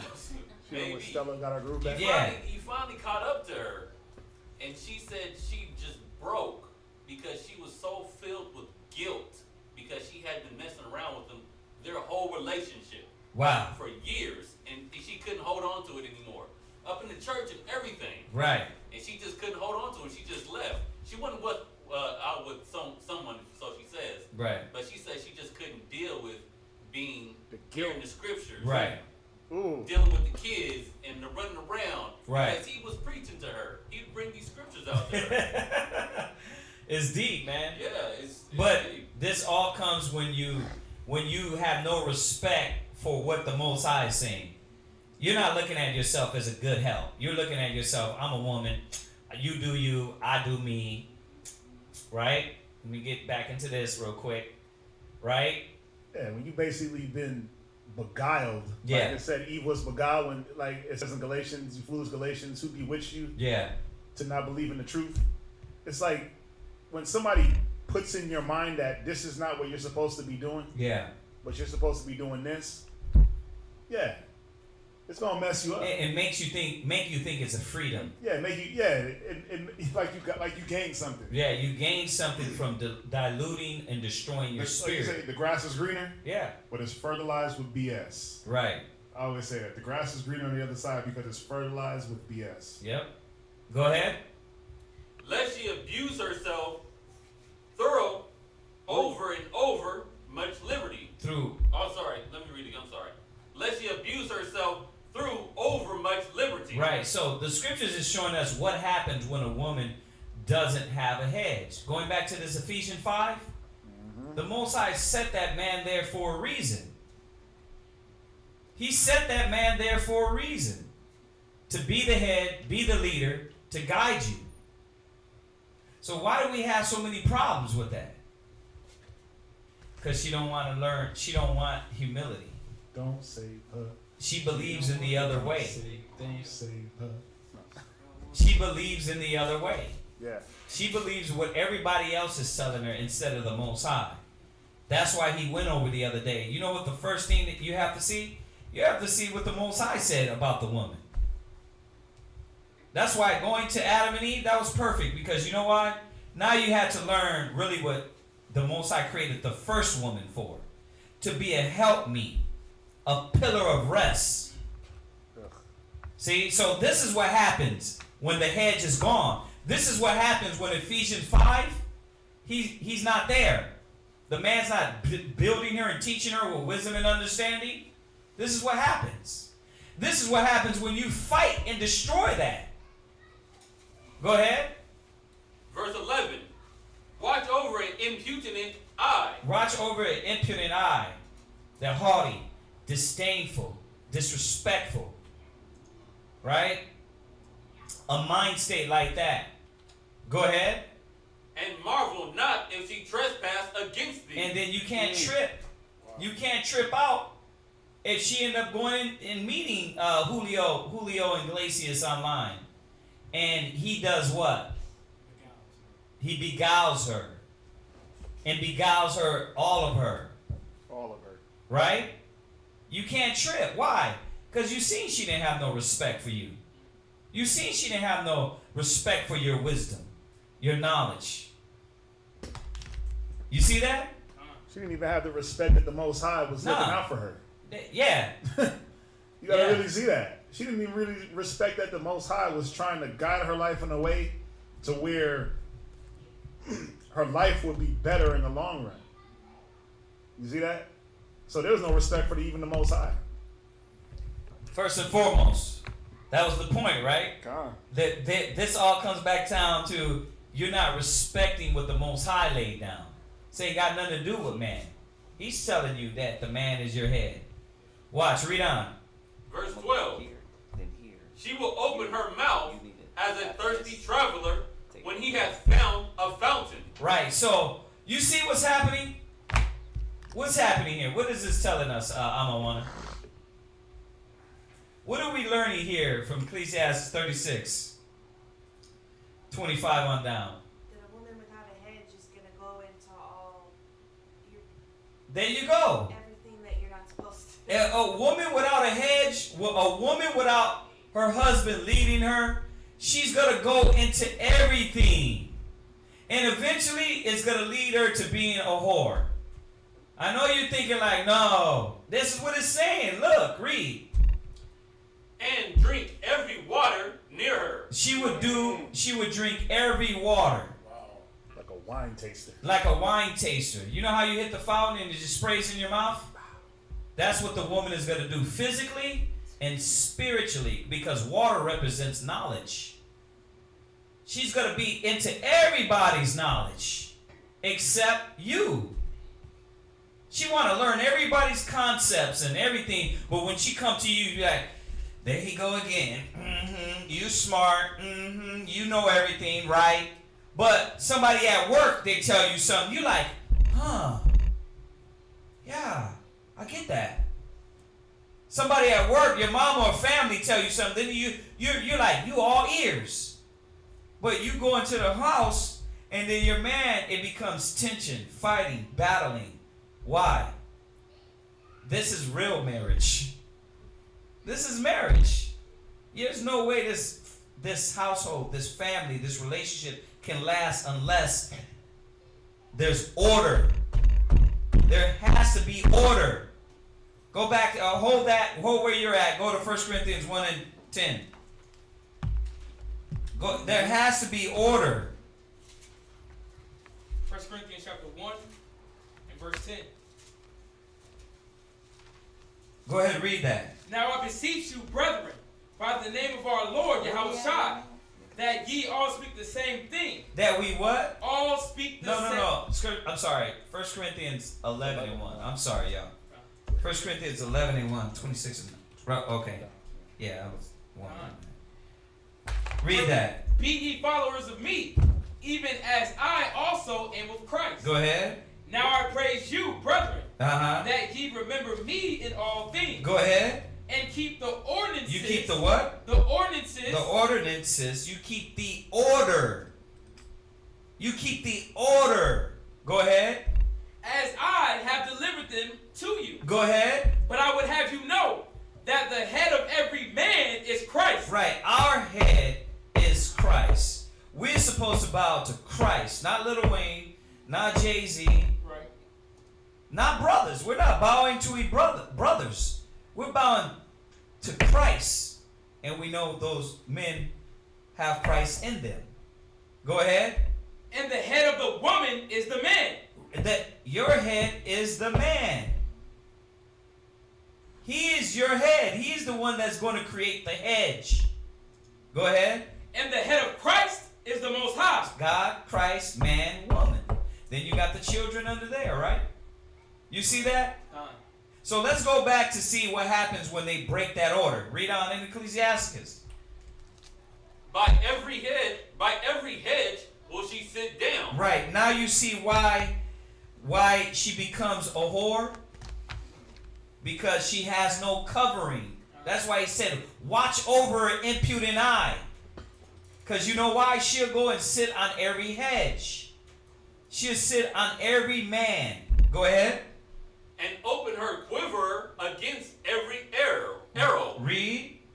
The grace of a wife delighteth her husband. See, and this is what the Most High is showing. That now you got what a wicked woman to do, a whoredom of a woman will do, but then you got a woman that is graceful, humble, meek, and submissive to her husband. Go ahead. And her discretion will fatten his bones. See, she would be discreet. A woman will be discreet. A righteous woman. You see how he jumped? He's showing you about a wicked woman where she's going to be leading to every hedge. But a woman of discretion, this woman, she let her man guide her, lead her. In the spirit of Bahashem Yahushai, in the spirit of the scriptures, go ahead. Verse 14. A silent and loving woman is a gift of the Lord. But what type of woman does this have to be? She has to be a what? Silent and loving woman. No, an argumentative woman. Silent and loving. A backbiting woman. Silent and loving. No, I got my own mind. I'm smart too. Silent and loving. Why does it got to be your way? Silent and loving. Right. Silent and loving. She's the type of woman that can understand to respect her husband and that he has the last word. So she got humility. She has humility. Her is humble. Her is humble. Humble. Go ahead. No, you're right. It's good. A silent and loving woman is a gift of the Lord. Right, and that gift comes through what way? Through this woman studying this Bible, learning these scriptures, willing and to submit to the Most High. That comes from the Lord. It don't come from a nigga on TV. You're not going to get humble. They're not teaching you humility. Rihanna's not teaching you how to be humble. When's the last video she did where she was sewing garments for her husband? No, because she has 10 husbands. Right? Where was a video when she even had a garment on? Right. Damn. When she had some clothes on. No. They're not telling you how to be. Well, where's the advice? Yeah. You sisters need to be humble and establish relationships. Keep your households. Right? Fight for your husband. Fight for the kids. Fight for the family. What about those? That's why y'all gotta understand we're in the midst of a crooked and perverse generation. And you know what? If you don't have this as your anchor, you're going to be tossed to and fro with every wind of doctrine. And you're going to end up back in the world. And you know what? You're going to end up 10 times worse. Why? Because you're going to say to yourself, I ain't never going to submit to no man. You're going to say, I'm free now? I'm going to go out here and be free. That's usually why it says 10 times more demons. Go ahead, read. And there is nothing so much worth as a mind well instructed. Wait. Say it again. Read that one more again. Because listen, the reason I'm reading on, because it's showing you about a woman and having submissiveness as opposed to a woman that's out there. You see that? A woman that's out there, her mind is out there, one that doesn't have a hedge. She's out there. This woman, read it again. And there is nothing so much worth as a mind well instructed. Now you see it. Eve in the beginning, her mind was instructed to obey the commandments, to obey the laws.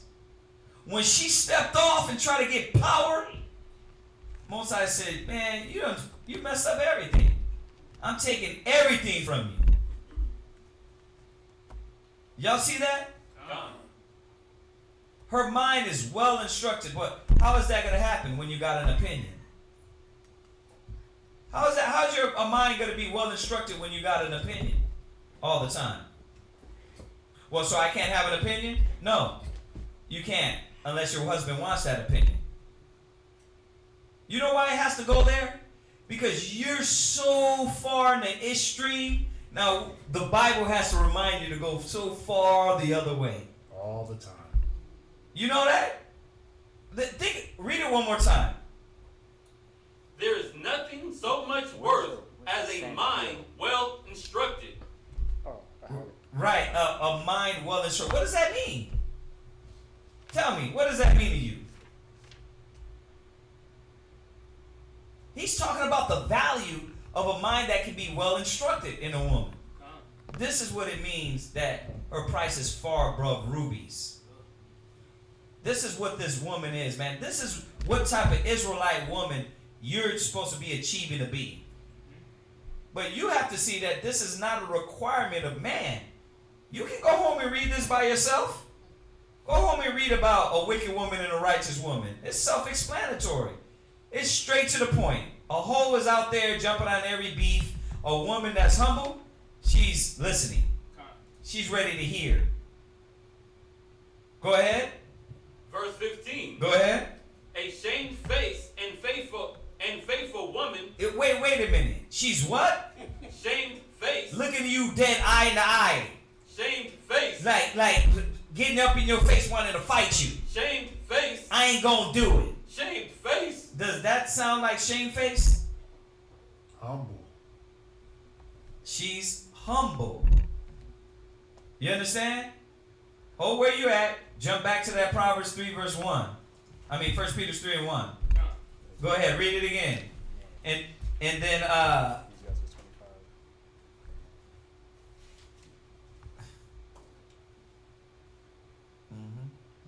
25. right. Go ahead, read that. 20. 1 Peter chapter 3 and verse 1. Go ahead. Likewise, ye wives, be in subjection to your own husbands. So, what? Stop.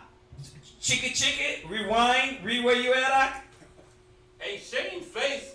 A shamefaced means she's what? Read it again.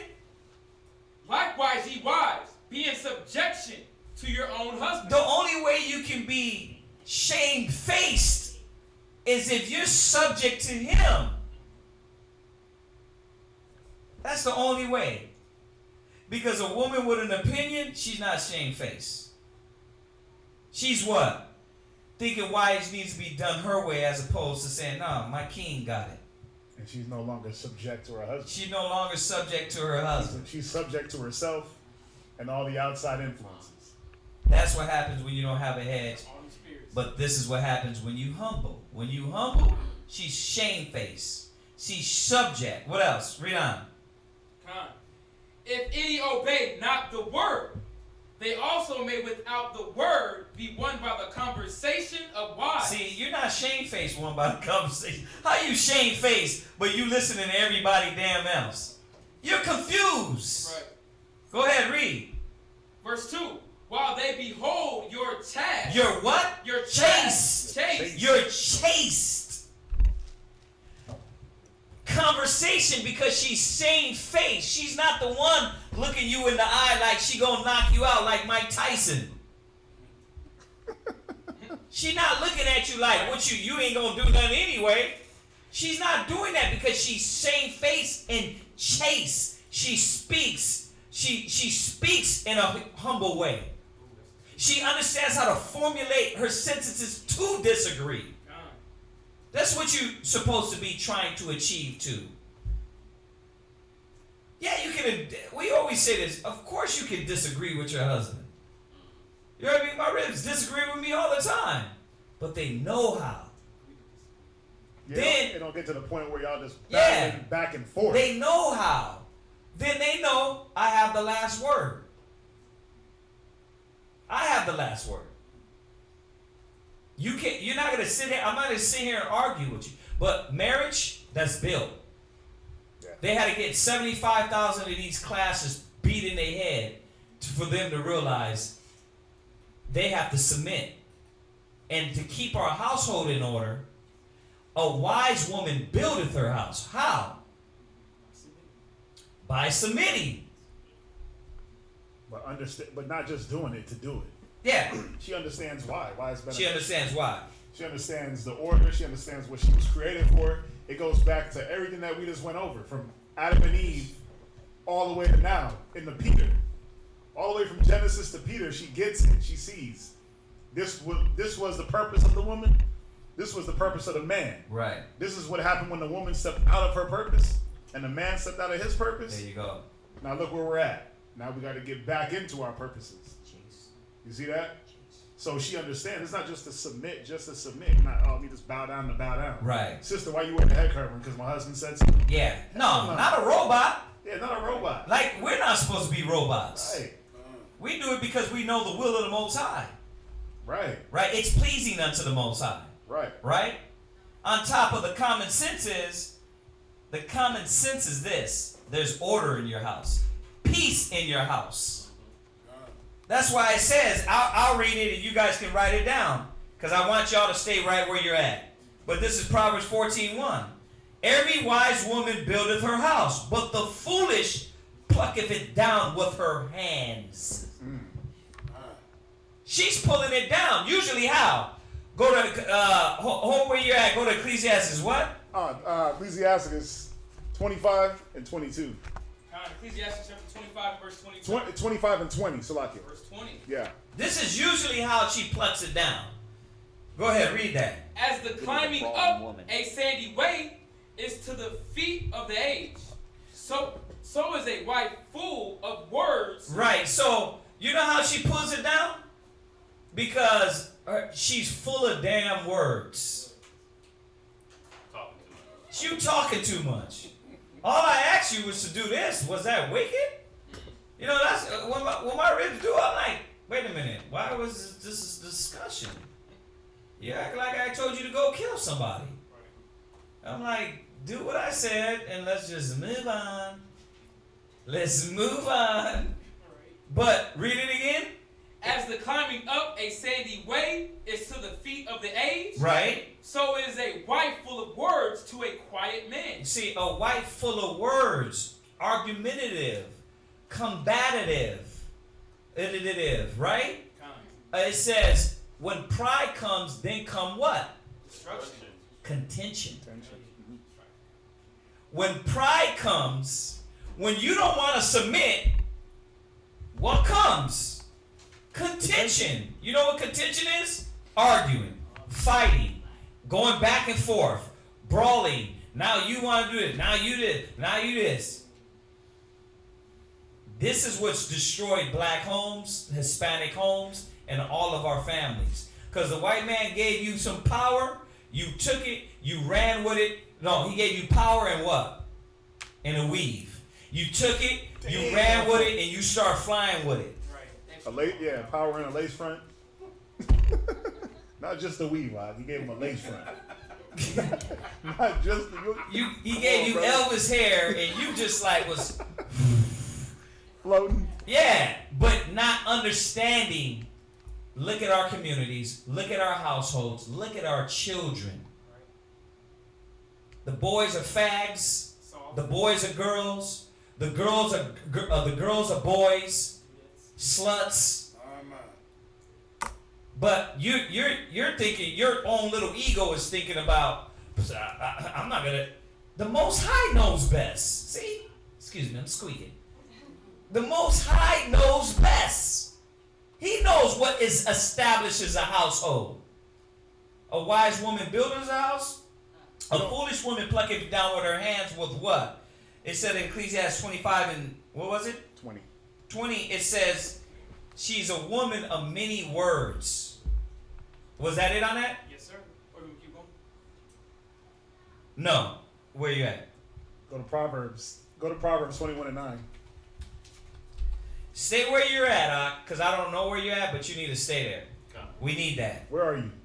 We're not done with that. No, I know. I'm just want to know Yeah. where he's at. Ecclesiastes 26? 26 and 15. Oh, okay. Yeah. Yeah, we're going back there. Proverbs chapter 21 verse 9. Yeah. Kind. Y'all got it? Read that.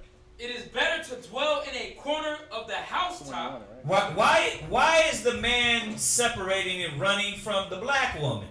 Why do we get the calls? I don't want to deal with the black woman. I'm going to get me a nation. Why? Read it again. It is better to dwell in a corner of a housetop. The black man want to dwell in the corners. He'd rather be selling crack or damn working on some roof. Go ahead. Then with a brawling wife. Then with a what? Then with a brawling woman. Then with a brawling woman. You got these cats trying to stay out. It's at the corner of a housetop. Yeah, that's crazy. You gotta really see that. Like he don't even. You in the attic. Yeah, you like in Playing the with chimney. demons and ghosts. Not tripping. Not tripping. He just want to be left the hell alone. He don't need no space. He just like, look, I'm gonna chill in this corner.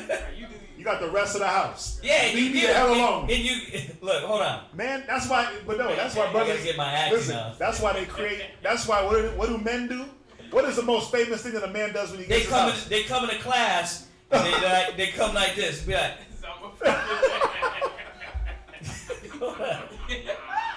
you're like, Shalom, Mark, what's going on? Nothing, brother. I'm good. Nothing, Wow. I. You know, be like, I'm good, good, but bro. at home, what? He got a 5 foot little woman with a big brain with a mouth. lot of mouth. That's why brothers make man cave. That's why they get these little man caves. I got my man cave. Right. They trying to get away from their women. That's all it is. You got your man cave because you don't want to deal with her mouth. You want to listen to the TV. You want to listen to everything else and not her. You see that? This is what breaks up families, Yeah. households. This is the power that Eve was given by Satan. This is the power that America gives the woman. And guess what? The outcome of that is, look around. Look at us. So, finish that brawling woman one. That's it, sir. Right. There's another one, though. That's Yeah. it's actually in Proverbs Ecclesiastes 25. chapter 25. Proverbs 25 and 4. Proverbs 25, the one in Proverbs I was talking about. Yeah, Proverbs 25 and 24. Kind. Let me. I'm just gonna read what Abadiah is on. She's watching us. She just texted me. She said, "A woman's mind that's well instructed is a woman that's humble and will listen and follow her husband. Right. Not only does she understand her purpose, she does it with joy because it pleases the Most High." Yeah. Because it's dope that she said that, because one of the things that we forget, like the Most High said, He resists the proud, but give grace to the humble, right? So He ain't really, if you on that pride power trip, I'm gonna do me. The Most High ain't messing with you anyway. That's why your house is falling apart. Yeah. That's why things in your life ain't going right. That's why kids getting taken away. All these different things. That's why your thoughts are scattered. Yeah. Because the Most High is not in your corner. Dang. Read where you at. Proverbs chapter 25, verse 24. Uh-huh. It is better to dwell in the corner of the housetop than with a brawling woman in a wide house. Yeah. Same thing, but you see that. You got this big old house, but a man, he wants to just be in the corner. Right. Because this woman is brawling. She got contention. She got strife. Right. She's combative. Combative, yeah. Check this out, and then we ended up, there's a few of them, but Proverbs 21:19. This one's gonna hit. This is gonna hit right what I was talking about contention. Proverbs chapter 21 and verse 19. Go ahead. For it is better to dwell in the wilderness. It's better to dwell in the wilderness. Yeah, that's the one. Not go home. You don't need it. I'm gonna live in my Imagine car. yourself. You walking through dust. Yeah. You walking through the sand fields in the wilderness. Thorns. I ain't going back there. Go ahead. I ain't going home, dog. I'm gonna be at the bar. It is better to dwell in the wilderness than with a contentious and an angry woman. A contentious and angry woman. You're the pillar of rest. The world is tearing down your husband. They ripping through him. All he got is a comfortable bed and you. Yeah. Gotta throw the bed in there. Gotta have a And his kids. Tempur-Pedic. He got that comfortable bed, and guess what? He just needs you to be there, right there with him. Not to come home and make a bed of thorns, but a pillar of rest. I can lean on her. Lean on me. But instead, you're angry. Instead, you're angry. You're bitter. Why? Because you're bitter at life. You're bitter that you don't got the control that the white man gave you. You're bitter. Think about it. Why are you so sad? Because things ain't going the way you want them, right? Or because you're fighting. You're fighting that purpose that you're supposed to do. You're fighting your purpose. That's what I was. Yeah, that's what you're going. Yeah. No, you gotta really think about that. When you fight your purpose, somewhere deep down in your gizzards, Yeah. you're like, damn, I don't know what it is. Half the time they don't know why they're angry, why they're upset, why they got the anger, the contention. But it's because you're fighting against your purpose. You're fighting the spirit. You're fighting against the will of the Most High. And it's a fight you won't win. Nope. That's the thing. That's why it's so hard. Y'all didn't get that the curse, when it says her eyes shall be evil toward her husband and her children, that's a curse? How do you get out of the curse? Play your part. You got to fall into the order. Yeah. You got to love your people, love your nation, and put the Most High first. Because when you understand that, then it will become willing. The reason why you're sad and bitter and you don't like it is because it's not willing. It's just like brothers, though. If I use brothers for Yeah. an example, they get bitter, they get angry, they get upset, and the work this life is hard for them because they don't accept that. Okay, this is what the Most High wants. Right. I gotta study, I gotta learn breakdowns, I gotta learn this, I gotta learn that, so I can teach. Right. But they want to do the outside stuff. I want to ride around in my car, or I need to play video games, or I need to be just macking on women. They want to do everything else, so it becomes hard. It becomes this contentious fight. Right. Where it's like, what are you fighting? Just play your part. Do Right. your purpose. Do what you are called to do, and it'll be easy. It's like a weight comes up off your shoulders. Exactly. You can't kick against the pricks. Right. We already did that, Israel. And guess what? We're in captivity and slavery. We did that. We got to start following the right way. This is, you know, we bring out certain examples that correlate with your life, but this is basics, man. You go through that Ecclesiastes 25, 26, it tells you about a righteous woman. Y'all not illiterate. You know what the hell it says, and you know if you're doing it. You know if you're impudent, haughty, and loudmouth, and you're disrespectful. No, don't try to act like that ain't you. That's you. When every time he don't want to talk to you, every time he want to just hang up the phone, every time he want to walk out of the house, he's that man that would rather be in the wilderness than deal with you. Understand that. Let's go back and finish up, Op. Let's go back and finish up Ecclesiastes 26 and verse 15. Ecclesiasticus chapter 26 and verse 15. Uh-huh. A shamefaced and faithful woman. Now we're understanding. She, according to Proverbs 3 verse 1, she has, what did she said? Chaste conversation. 1 Peter 3. First Peter 3 and 1, excuse me. She's chaste. She communicates in a humble manner. She communicates in a humble manner, right? That's what chaste. You got chaste definition? Who pulled that? What you got, Shawashna? You got to say it loud. Who has it? Chaste. What you got? Pure in thought and acts. Pure in thought. She's what? Pessimistic? Pure in thought. Wait a minute. She's pessimistic. Everything she thinks is negative. Pure in thought. She's pure in thought. The way she's not coming off as it can't. We're never gonna make it. We're always gonna be behind. We're always gonna be losing. Yes, you are, but for Jesus, Hamashiach. Right. So then what? You know you're suffering for righteousness' sake. Right. So why am I gonna go wear him down with things that you're doing together? He's not living in a mansion, coming home to you in a damn one bedroom. In a shack, yeah. He's living with you. He's working with you. He's there with the kids. He's there with the family. You see that? He's not riding in the damn In a Bentley while you walk. But you know what that is? That's that woman. That's that Sandy way. yeah. That's that man trying to climb and build, And And he he keeps put his taking a foot step in. back. and he just keeps sliding backwards because It's like, hard. God damn, I know that it's hard already, Right. but you making it You harder. Right. You making it. Oh wow, that's These are the things, man, Oh. that women have to consider. You have to look at. This ain't about man's power. This is about you ain't never gonna have peace in your life and your family and your nation until you submit like the Most High said to. What you got? It says, free from libidinous desires. Lididius? Libidinous. Lididius? Okay, look it up. Go ahead. It says, free from obscurity, Right? or impurity in thought and language. Wow, check that. That's chase. I got one. Dang. Free from thought. Meaning that when you're dealing with your husband, to be in chase and conversation, this got to be clear.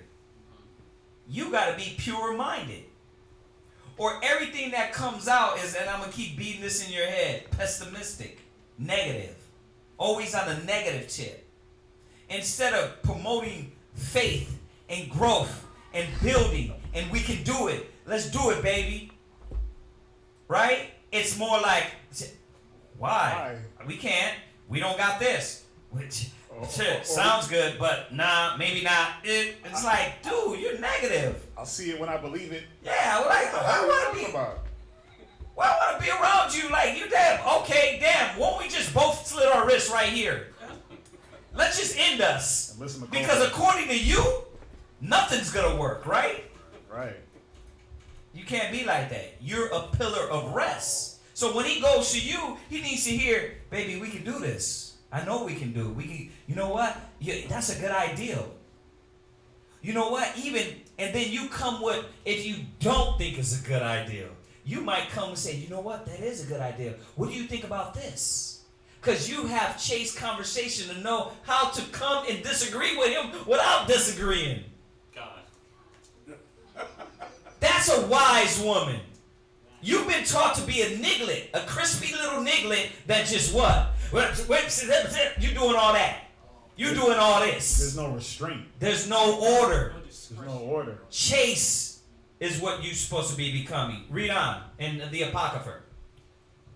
A shamefaced and faithful woman. Now we're getting understanding according to Peter's 3:1. I mean, according to it all, right? But at Peter's 3:1, we're understanding what this woman is chaste about. She's shamefaced. Go ahead. And faithful woman. She's what?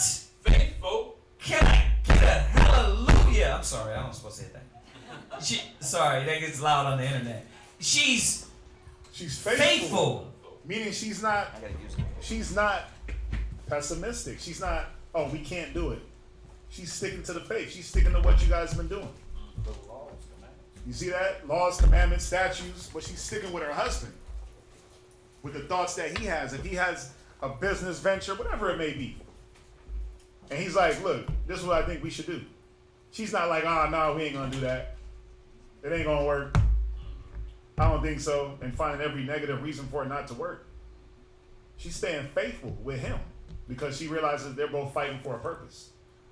So it says, read on. And faithful woman is double grace. She's a what? Is a double grace. Yeah, it's a double blessing. It's a double blessing for that man. Read on. And her content mind. Where you at? And her continent mind. Where you at again? Verse 15. Ecclesiastes 26:15. Read on. And her continent mind cannot be valued. Continent. Somebody look that word up. And her continent mind cannot be valued. Somebody get me that real quick. That's powerful. Look that up. Her continent mind.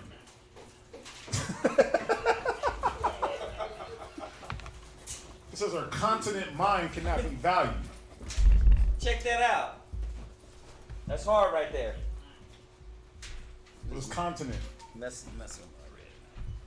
Go ahead, read that. Who got it? Who got the definition? Come on, we only got 30 minutos. 20. What you got? Continent. Check this out. This is a powerful word. We're at Ecclesiastes what? Ecclesiastes 26 and verse Who got 15. It? Continent. Uh-huh. Oh no, that's not it. What you got? Okay. Very important attribute. Go ahead. Wow. It's talking It's talking about like the land. No. Y'all looking up the wrong word. Look. Go down. C-O-N-10 and... Come on. All right, read on while we look this up. Go ahead, read. Exercising continence, absolutely able to control your bladder and bowels. She's able to control herself. She's chaste. When it says able to control your bladder and your bowels, because it's a woman that is in control. She's not like, one day I'm Screwface. One day I'm the Joker. One day I'm Beelzebub. She's in control. She's consistent. That's why she's faithful. What you got, sis? I'm a one. Exercising excessive self-restraint. See, she's exercising excessive self-restraint. Restrictive. She's able to pull back, knowing that, okay, you feel it. You feel it coming up. Shabambu's coming up. She's coming up. Oh, she's finna start moving her head. But guess what? The righteous woman shuts that little niglet down. You see that? Khan? This is what type of woman she is. All right, go ahead. Read on in the Apocrypha. Verse 16. As the sun when it ariseth in the high heaven, so is the beauty of a good wife in the ordering of her house. See, because she's dedicated to ordering her house. She's not listening to what all the... watch, hold that. Go back to Proverbs, 1 Peter 3, where you left off, though. Go ahead. But before you say that, she recognizes that there's got to be order in the house, though. Yeah. You got to see that. So then she falls under. She knows that she falls under the order. There you go. You see that? Because you can't order something around not knowing that where you fall. It's necessary. It's necessary. She knows where she falls in the order. She has to be a woman and mature. Yeah. Because, when you're young, you don't understand. I look at my kids right now, it's like, you don't understand why don't eat on the bed, pick up your clothes. You're a child. But when you become a woman, you understand, you know what? To keep my household structured, a wise woman builds her house. Yeah. So order is needed. Order is needed. If I don't have order with him, when I have my daughter, guess what? She gonna be looking at me, disrespect him, and what? She gonna be popping her head too, and she's gonna be on the internet twerking. Cause that's what she's going to follow. Then if I have a son, he's gonna look at me, and dad is there because he got to be the humble priest. Right? He can't choke you no more. He's not doing that no more, right? Uppercut. He's not cursing you out, punching you in the face, jump fly kicking you into the wall, kicking you out the elbows, house, elbow, throwing you out the car while the car's moving. None of that. He ain't doing none of that. He's not doing none of that, right? So the son is gonna look and say, "Damn, dad is weak as hell. I'm gonna get me a woman like mom. She's strong, black woman. She's strong, disrespectful, boastful, loud, but belligerent." And then next you know, he get a woman like that, and we meet him in the mall, and we're like, "Hey, bro, come check out these rolls." And she pulling.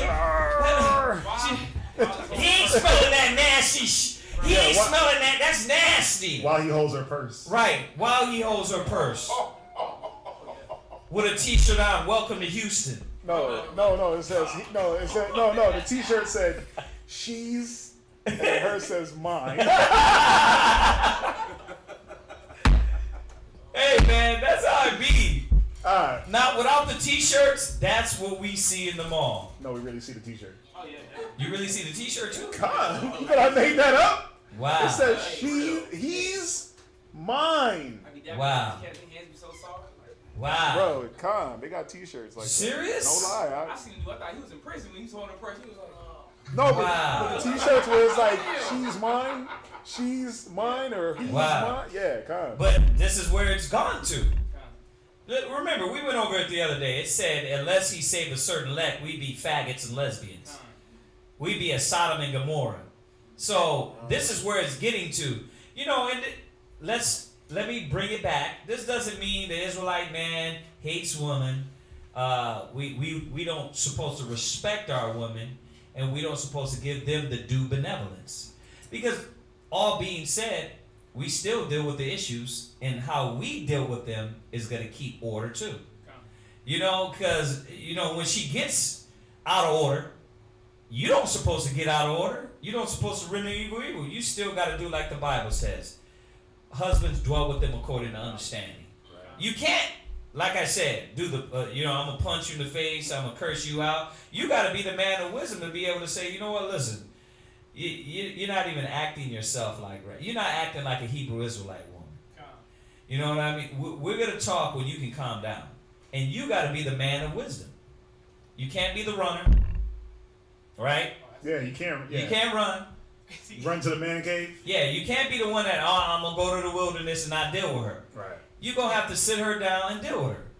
And it takes work, patience, long-suffering, and kindness. It takes all those attributes. Remember, it said Christ gave himself in the church. Right? So we're still giving ourselves in that way too. But this is just showing you that it's giving you a gauge to say, listen, damn, am I destroying my household? Am I tearing my husband down? Because if you really love your husband, you're not trying to be this. You're trying to be a good woman and say, you know what, let me bring some peace in my house. If he wanted something tonight and I wasn't thinking about that, let me do that. If he wants to do this way, let him do it. Let's do it that way then. Yeah. Cool. It's not going to take anything from me. You see that? That's the mind you have to put yourself in. Let's finish it up. Ecclesiastes chapter 26, verse 17. Uh-huh. As the clear light is upon the holy candlestick, so is the beauty of the face in ripe age. Right. Verse 18. As the golden pillar are upon the sockets of silver. Okay, so that's it on there? That's it on there. Right. You said, hey, but 'Cause do that me a talks favor. about the right age. But do me a favor. Go back Right. to verse 14. Okay. Verse 14. Yeah, read that. A silent and loving woman Mhm. is a gift of the Lord. Read. And there is nothing so much worth as a mind well instructed. A mind well instructed in what? Yeah. That's the question. You see that? Why is it a valuable mind? Why is it worth something? What is it instructed in? And that's what y'all gotta see. When the Most High puts a husband in your life, what is he trying to instruct you in? What is his instruction? Is it to go out there and be a whore? No. But it's to be able to order your house aright. Right? So that's what the Most High, that's what the mind well instructed is talking about. What is it instructed in? It's instructed in the wisdom and knowledge of the Most High. Read the next verse. Verse 15. Uh-huh. A shamefaced Uh-huh. and faithful woman is double grace. Right? And her continent. That continent mind. Another word for continent is restricted. What is her mind restricted to? Is she that woman jumping on every hedge, getting won by the rudiments of the world, by the traditions of men, or is she restricted to knowing this is what my husband wants? This is what my husband's about, so this is what I'm gonna be about. What? You know how, like, they say you get tunnel vision? Is that what it's, you're restricted, Yeah. There you go. No influence can get in there. Yeah. No negative. No negative. That's why it says a mind well instructed. Usually the confusion in the household is that you can't see his way. You don't see his way.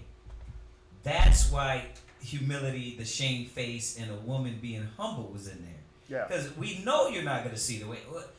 That's humans. Yeah. Humans is you don't see each other's way all the time. You know, I'm putting this class together on why Moses was hated. Because they didn't see Moses' way. You understand? It's the same thing with everything. Why did they hate the prophets, the apostles? They didn't see their way. That's why Christ said to say, listen, this is not their way. This is my way. So when you deal with these situations, there's a lot because you don't see his way and you're not humble enough to submit. You see that? Right. So listen real quick. We got 10 minutes left. If y'all have any questions on this topic right now, hit us up. We're going to give y'all a few minutes because we're going to end on time today because we got some other things to do tonight. Yeah. One question regarding it's still kind of regarding about the topic. It's Ecclesiastes 36 and verse 23. 36 and 23. Now my question is the last precept. Ecclesiastes 36 verse 23. Go ahead. If there be kindness, meekness, and comfort in her tongue. So if she's speaking comfortably, right? If she is graceful in her tongue, right? Go ahead. Then is not her husband like other men? Meaning that her husband, that's something, you got that. Her husband's going to be happy. There's going to be joy. He's not like other men. Why? Because she's kind and meek and humble. She has all these great attributes about her. So he's not going to be like other men. You're seeing that a lot of men have to deal with what? That mouth. Right? Yeah, it's like you got like 4 homeboys. And the one homeboy, his wife is just tripping. The other 3 they're like, man, my girl good. Everything's good. But then he's the only one like, damn. But then, if it's the reverse, he'd be like them. He'd be like the other men. Yeah. Where he's good because his wife, she's on point. Yeah. You see it in them TV shows, 4 Brothers, Bridesmaids, whatever. Yeah. All right. Y'all got any questions on this topic? We kind of went into it. We did, but we didn't, but we did. We did, but we did. But it's all good. Yeah. Kind of. My bad. Nah. I did it again. You didn't do it. I'm sorry. Alright, It was a question that led into it it. was a question. It was a question that led her. Yeah. It's Alright, beautiful. listen, we're giving y'all a few seconds. Let me say this. Once again, you brothers and sisters that are listening, tuning in to us, we got all of our other shows on YouTube. Many topics, and all of our classes come with a lot of questions in the beginning. So please, like the links we're sending you, we've touched on a lot of topics over and over and over again, and added scriptures and themes to these topics. So please like, share, subscribe. If you brothers and sisters want to donate books, pens, papers, pens, pencils, computers, anything to help this school out, to further the truth, we would appreciate it. If you want to donate finances, the donation is on the screen. But you know, I really point out that the other stuff too, because it's came in handy. The Bibles, the pens, the papers, the apocryphers, God. the notepads, dictionaries. that like brothers has been giving us and stuff like that. We really appreciate that. Yes. Yeah. If you want desks, you know what I mean, and yeah. You got some? No. Okay. So y'all got any questions on this topic? Camilla? None. None. Not yet. All right. I know you're new, and I know, you know, if you had any questions, you know, feel free to ask. We got anything online? Pertain. Okay. Off topic. We only got 7 minutes, so if we didn't hit your question, we will hit it next class. All right. We do have Sabbath morning class in the morning, so if you want to join us for that, we're gonna answer questions also for Sabbath morning class. So check that out. Check out our new cable show. Our cable show is new, different from class. We do that in the studio on Comcast 17, on channel 17. So you can check that out. And the title of that was what was the title of that show? Yeah, it was called the Multiverse. Yeah, it's called the Multiverse. Okay, so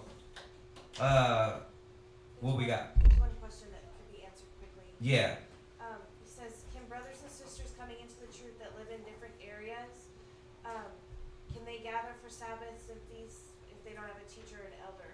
Yeah, of course. You know what I mean? Of course. But remember this. Whoever is coordinating this, Right. you're going to be looked at as the to-go person. So, you know, you got to be humble enough to say, hey, listen, I'm just learning, but, you know, we can get together and we can eat and, you know, do things like, you know, get class, do it like that, you know? Yeah. You know, sit in class together. But, was that it? As far as quick ones, yes. As far as quick ones, listen, y'all got we're not answering the ones that are big questions because we only got a few minutes. Next time we'll be here in the morning at 10. Plus, Alright. just so y'all know, like even when we do feasts, we usually broadcast that, right? No. Not the reading. The reading. The reading part. So they can even, you guys could gather online for that before you actually do your feast. You can gather online for the reading part. Right. Because we actually break down, like when we do our feast, we go through the scriptures to show why we did it. Go to the scriptures and do that. So you could even do that. Anything? That's it? Okay, well, let's salute them online. Everybody say shalom. Shalom. Shalom, and we'll see y'all in the morning. All right? All right, we got a lot. Our night ain't even... No, not even beginning to start. Yeah. I need to do some little recording real quick afterwards. Schwarzenegger, you're gonna have to help me with that. And then brothers gotta start heading out for the set up the zone. Set up the mall. Alright, so anything? Nobody? Nothing to say? Everybody good? Alright, Imagine will put your Akodam, rise and face the east. Face the east. That was good though. It was a spirit that day. No, that was good. I still got a few. I still got a few. It's not a swing. Swing on. You see how we got Ephesians 5. Yeah, that was hard. Just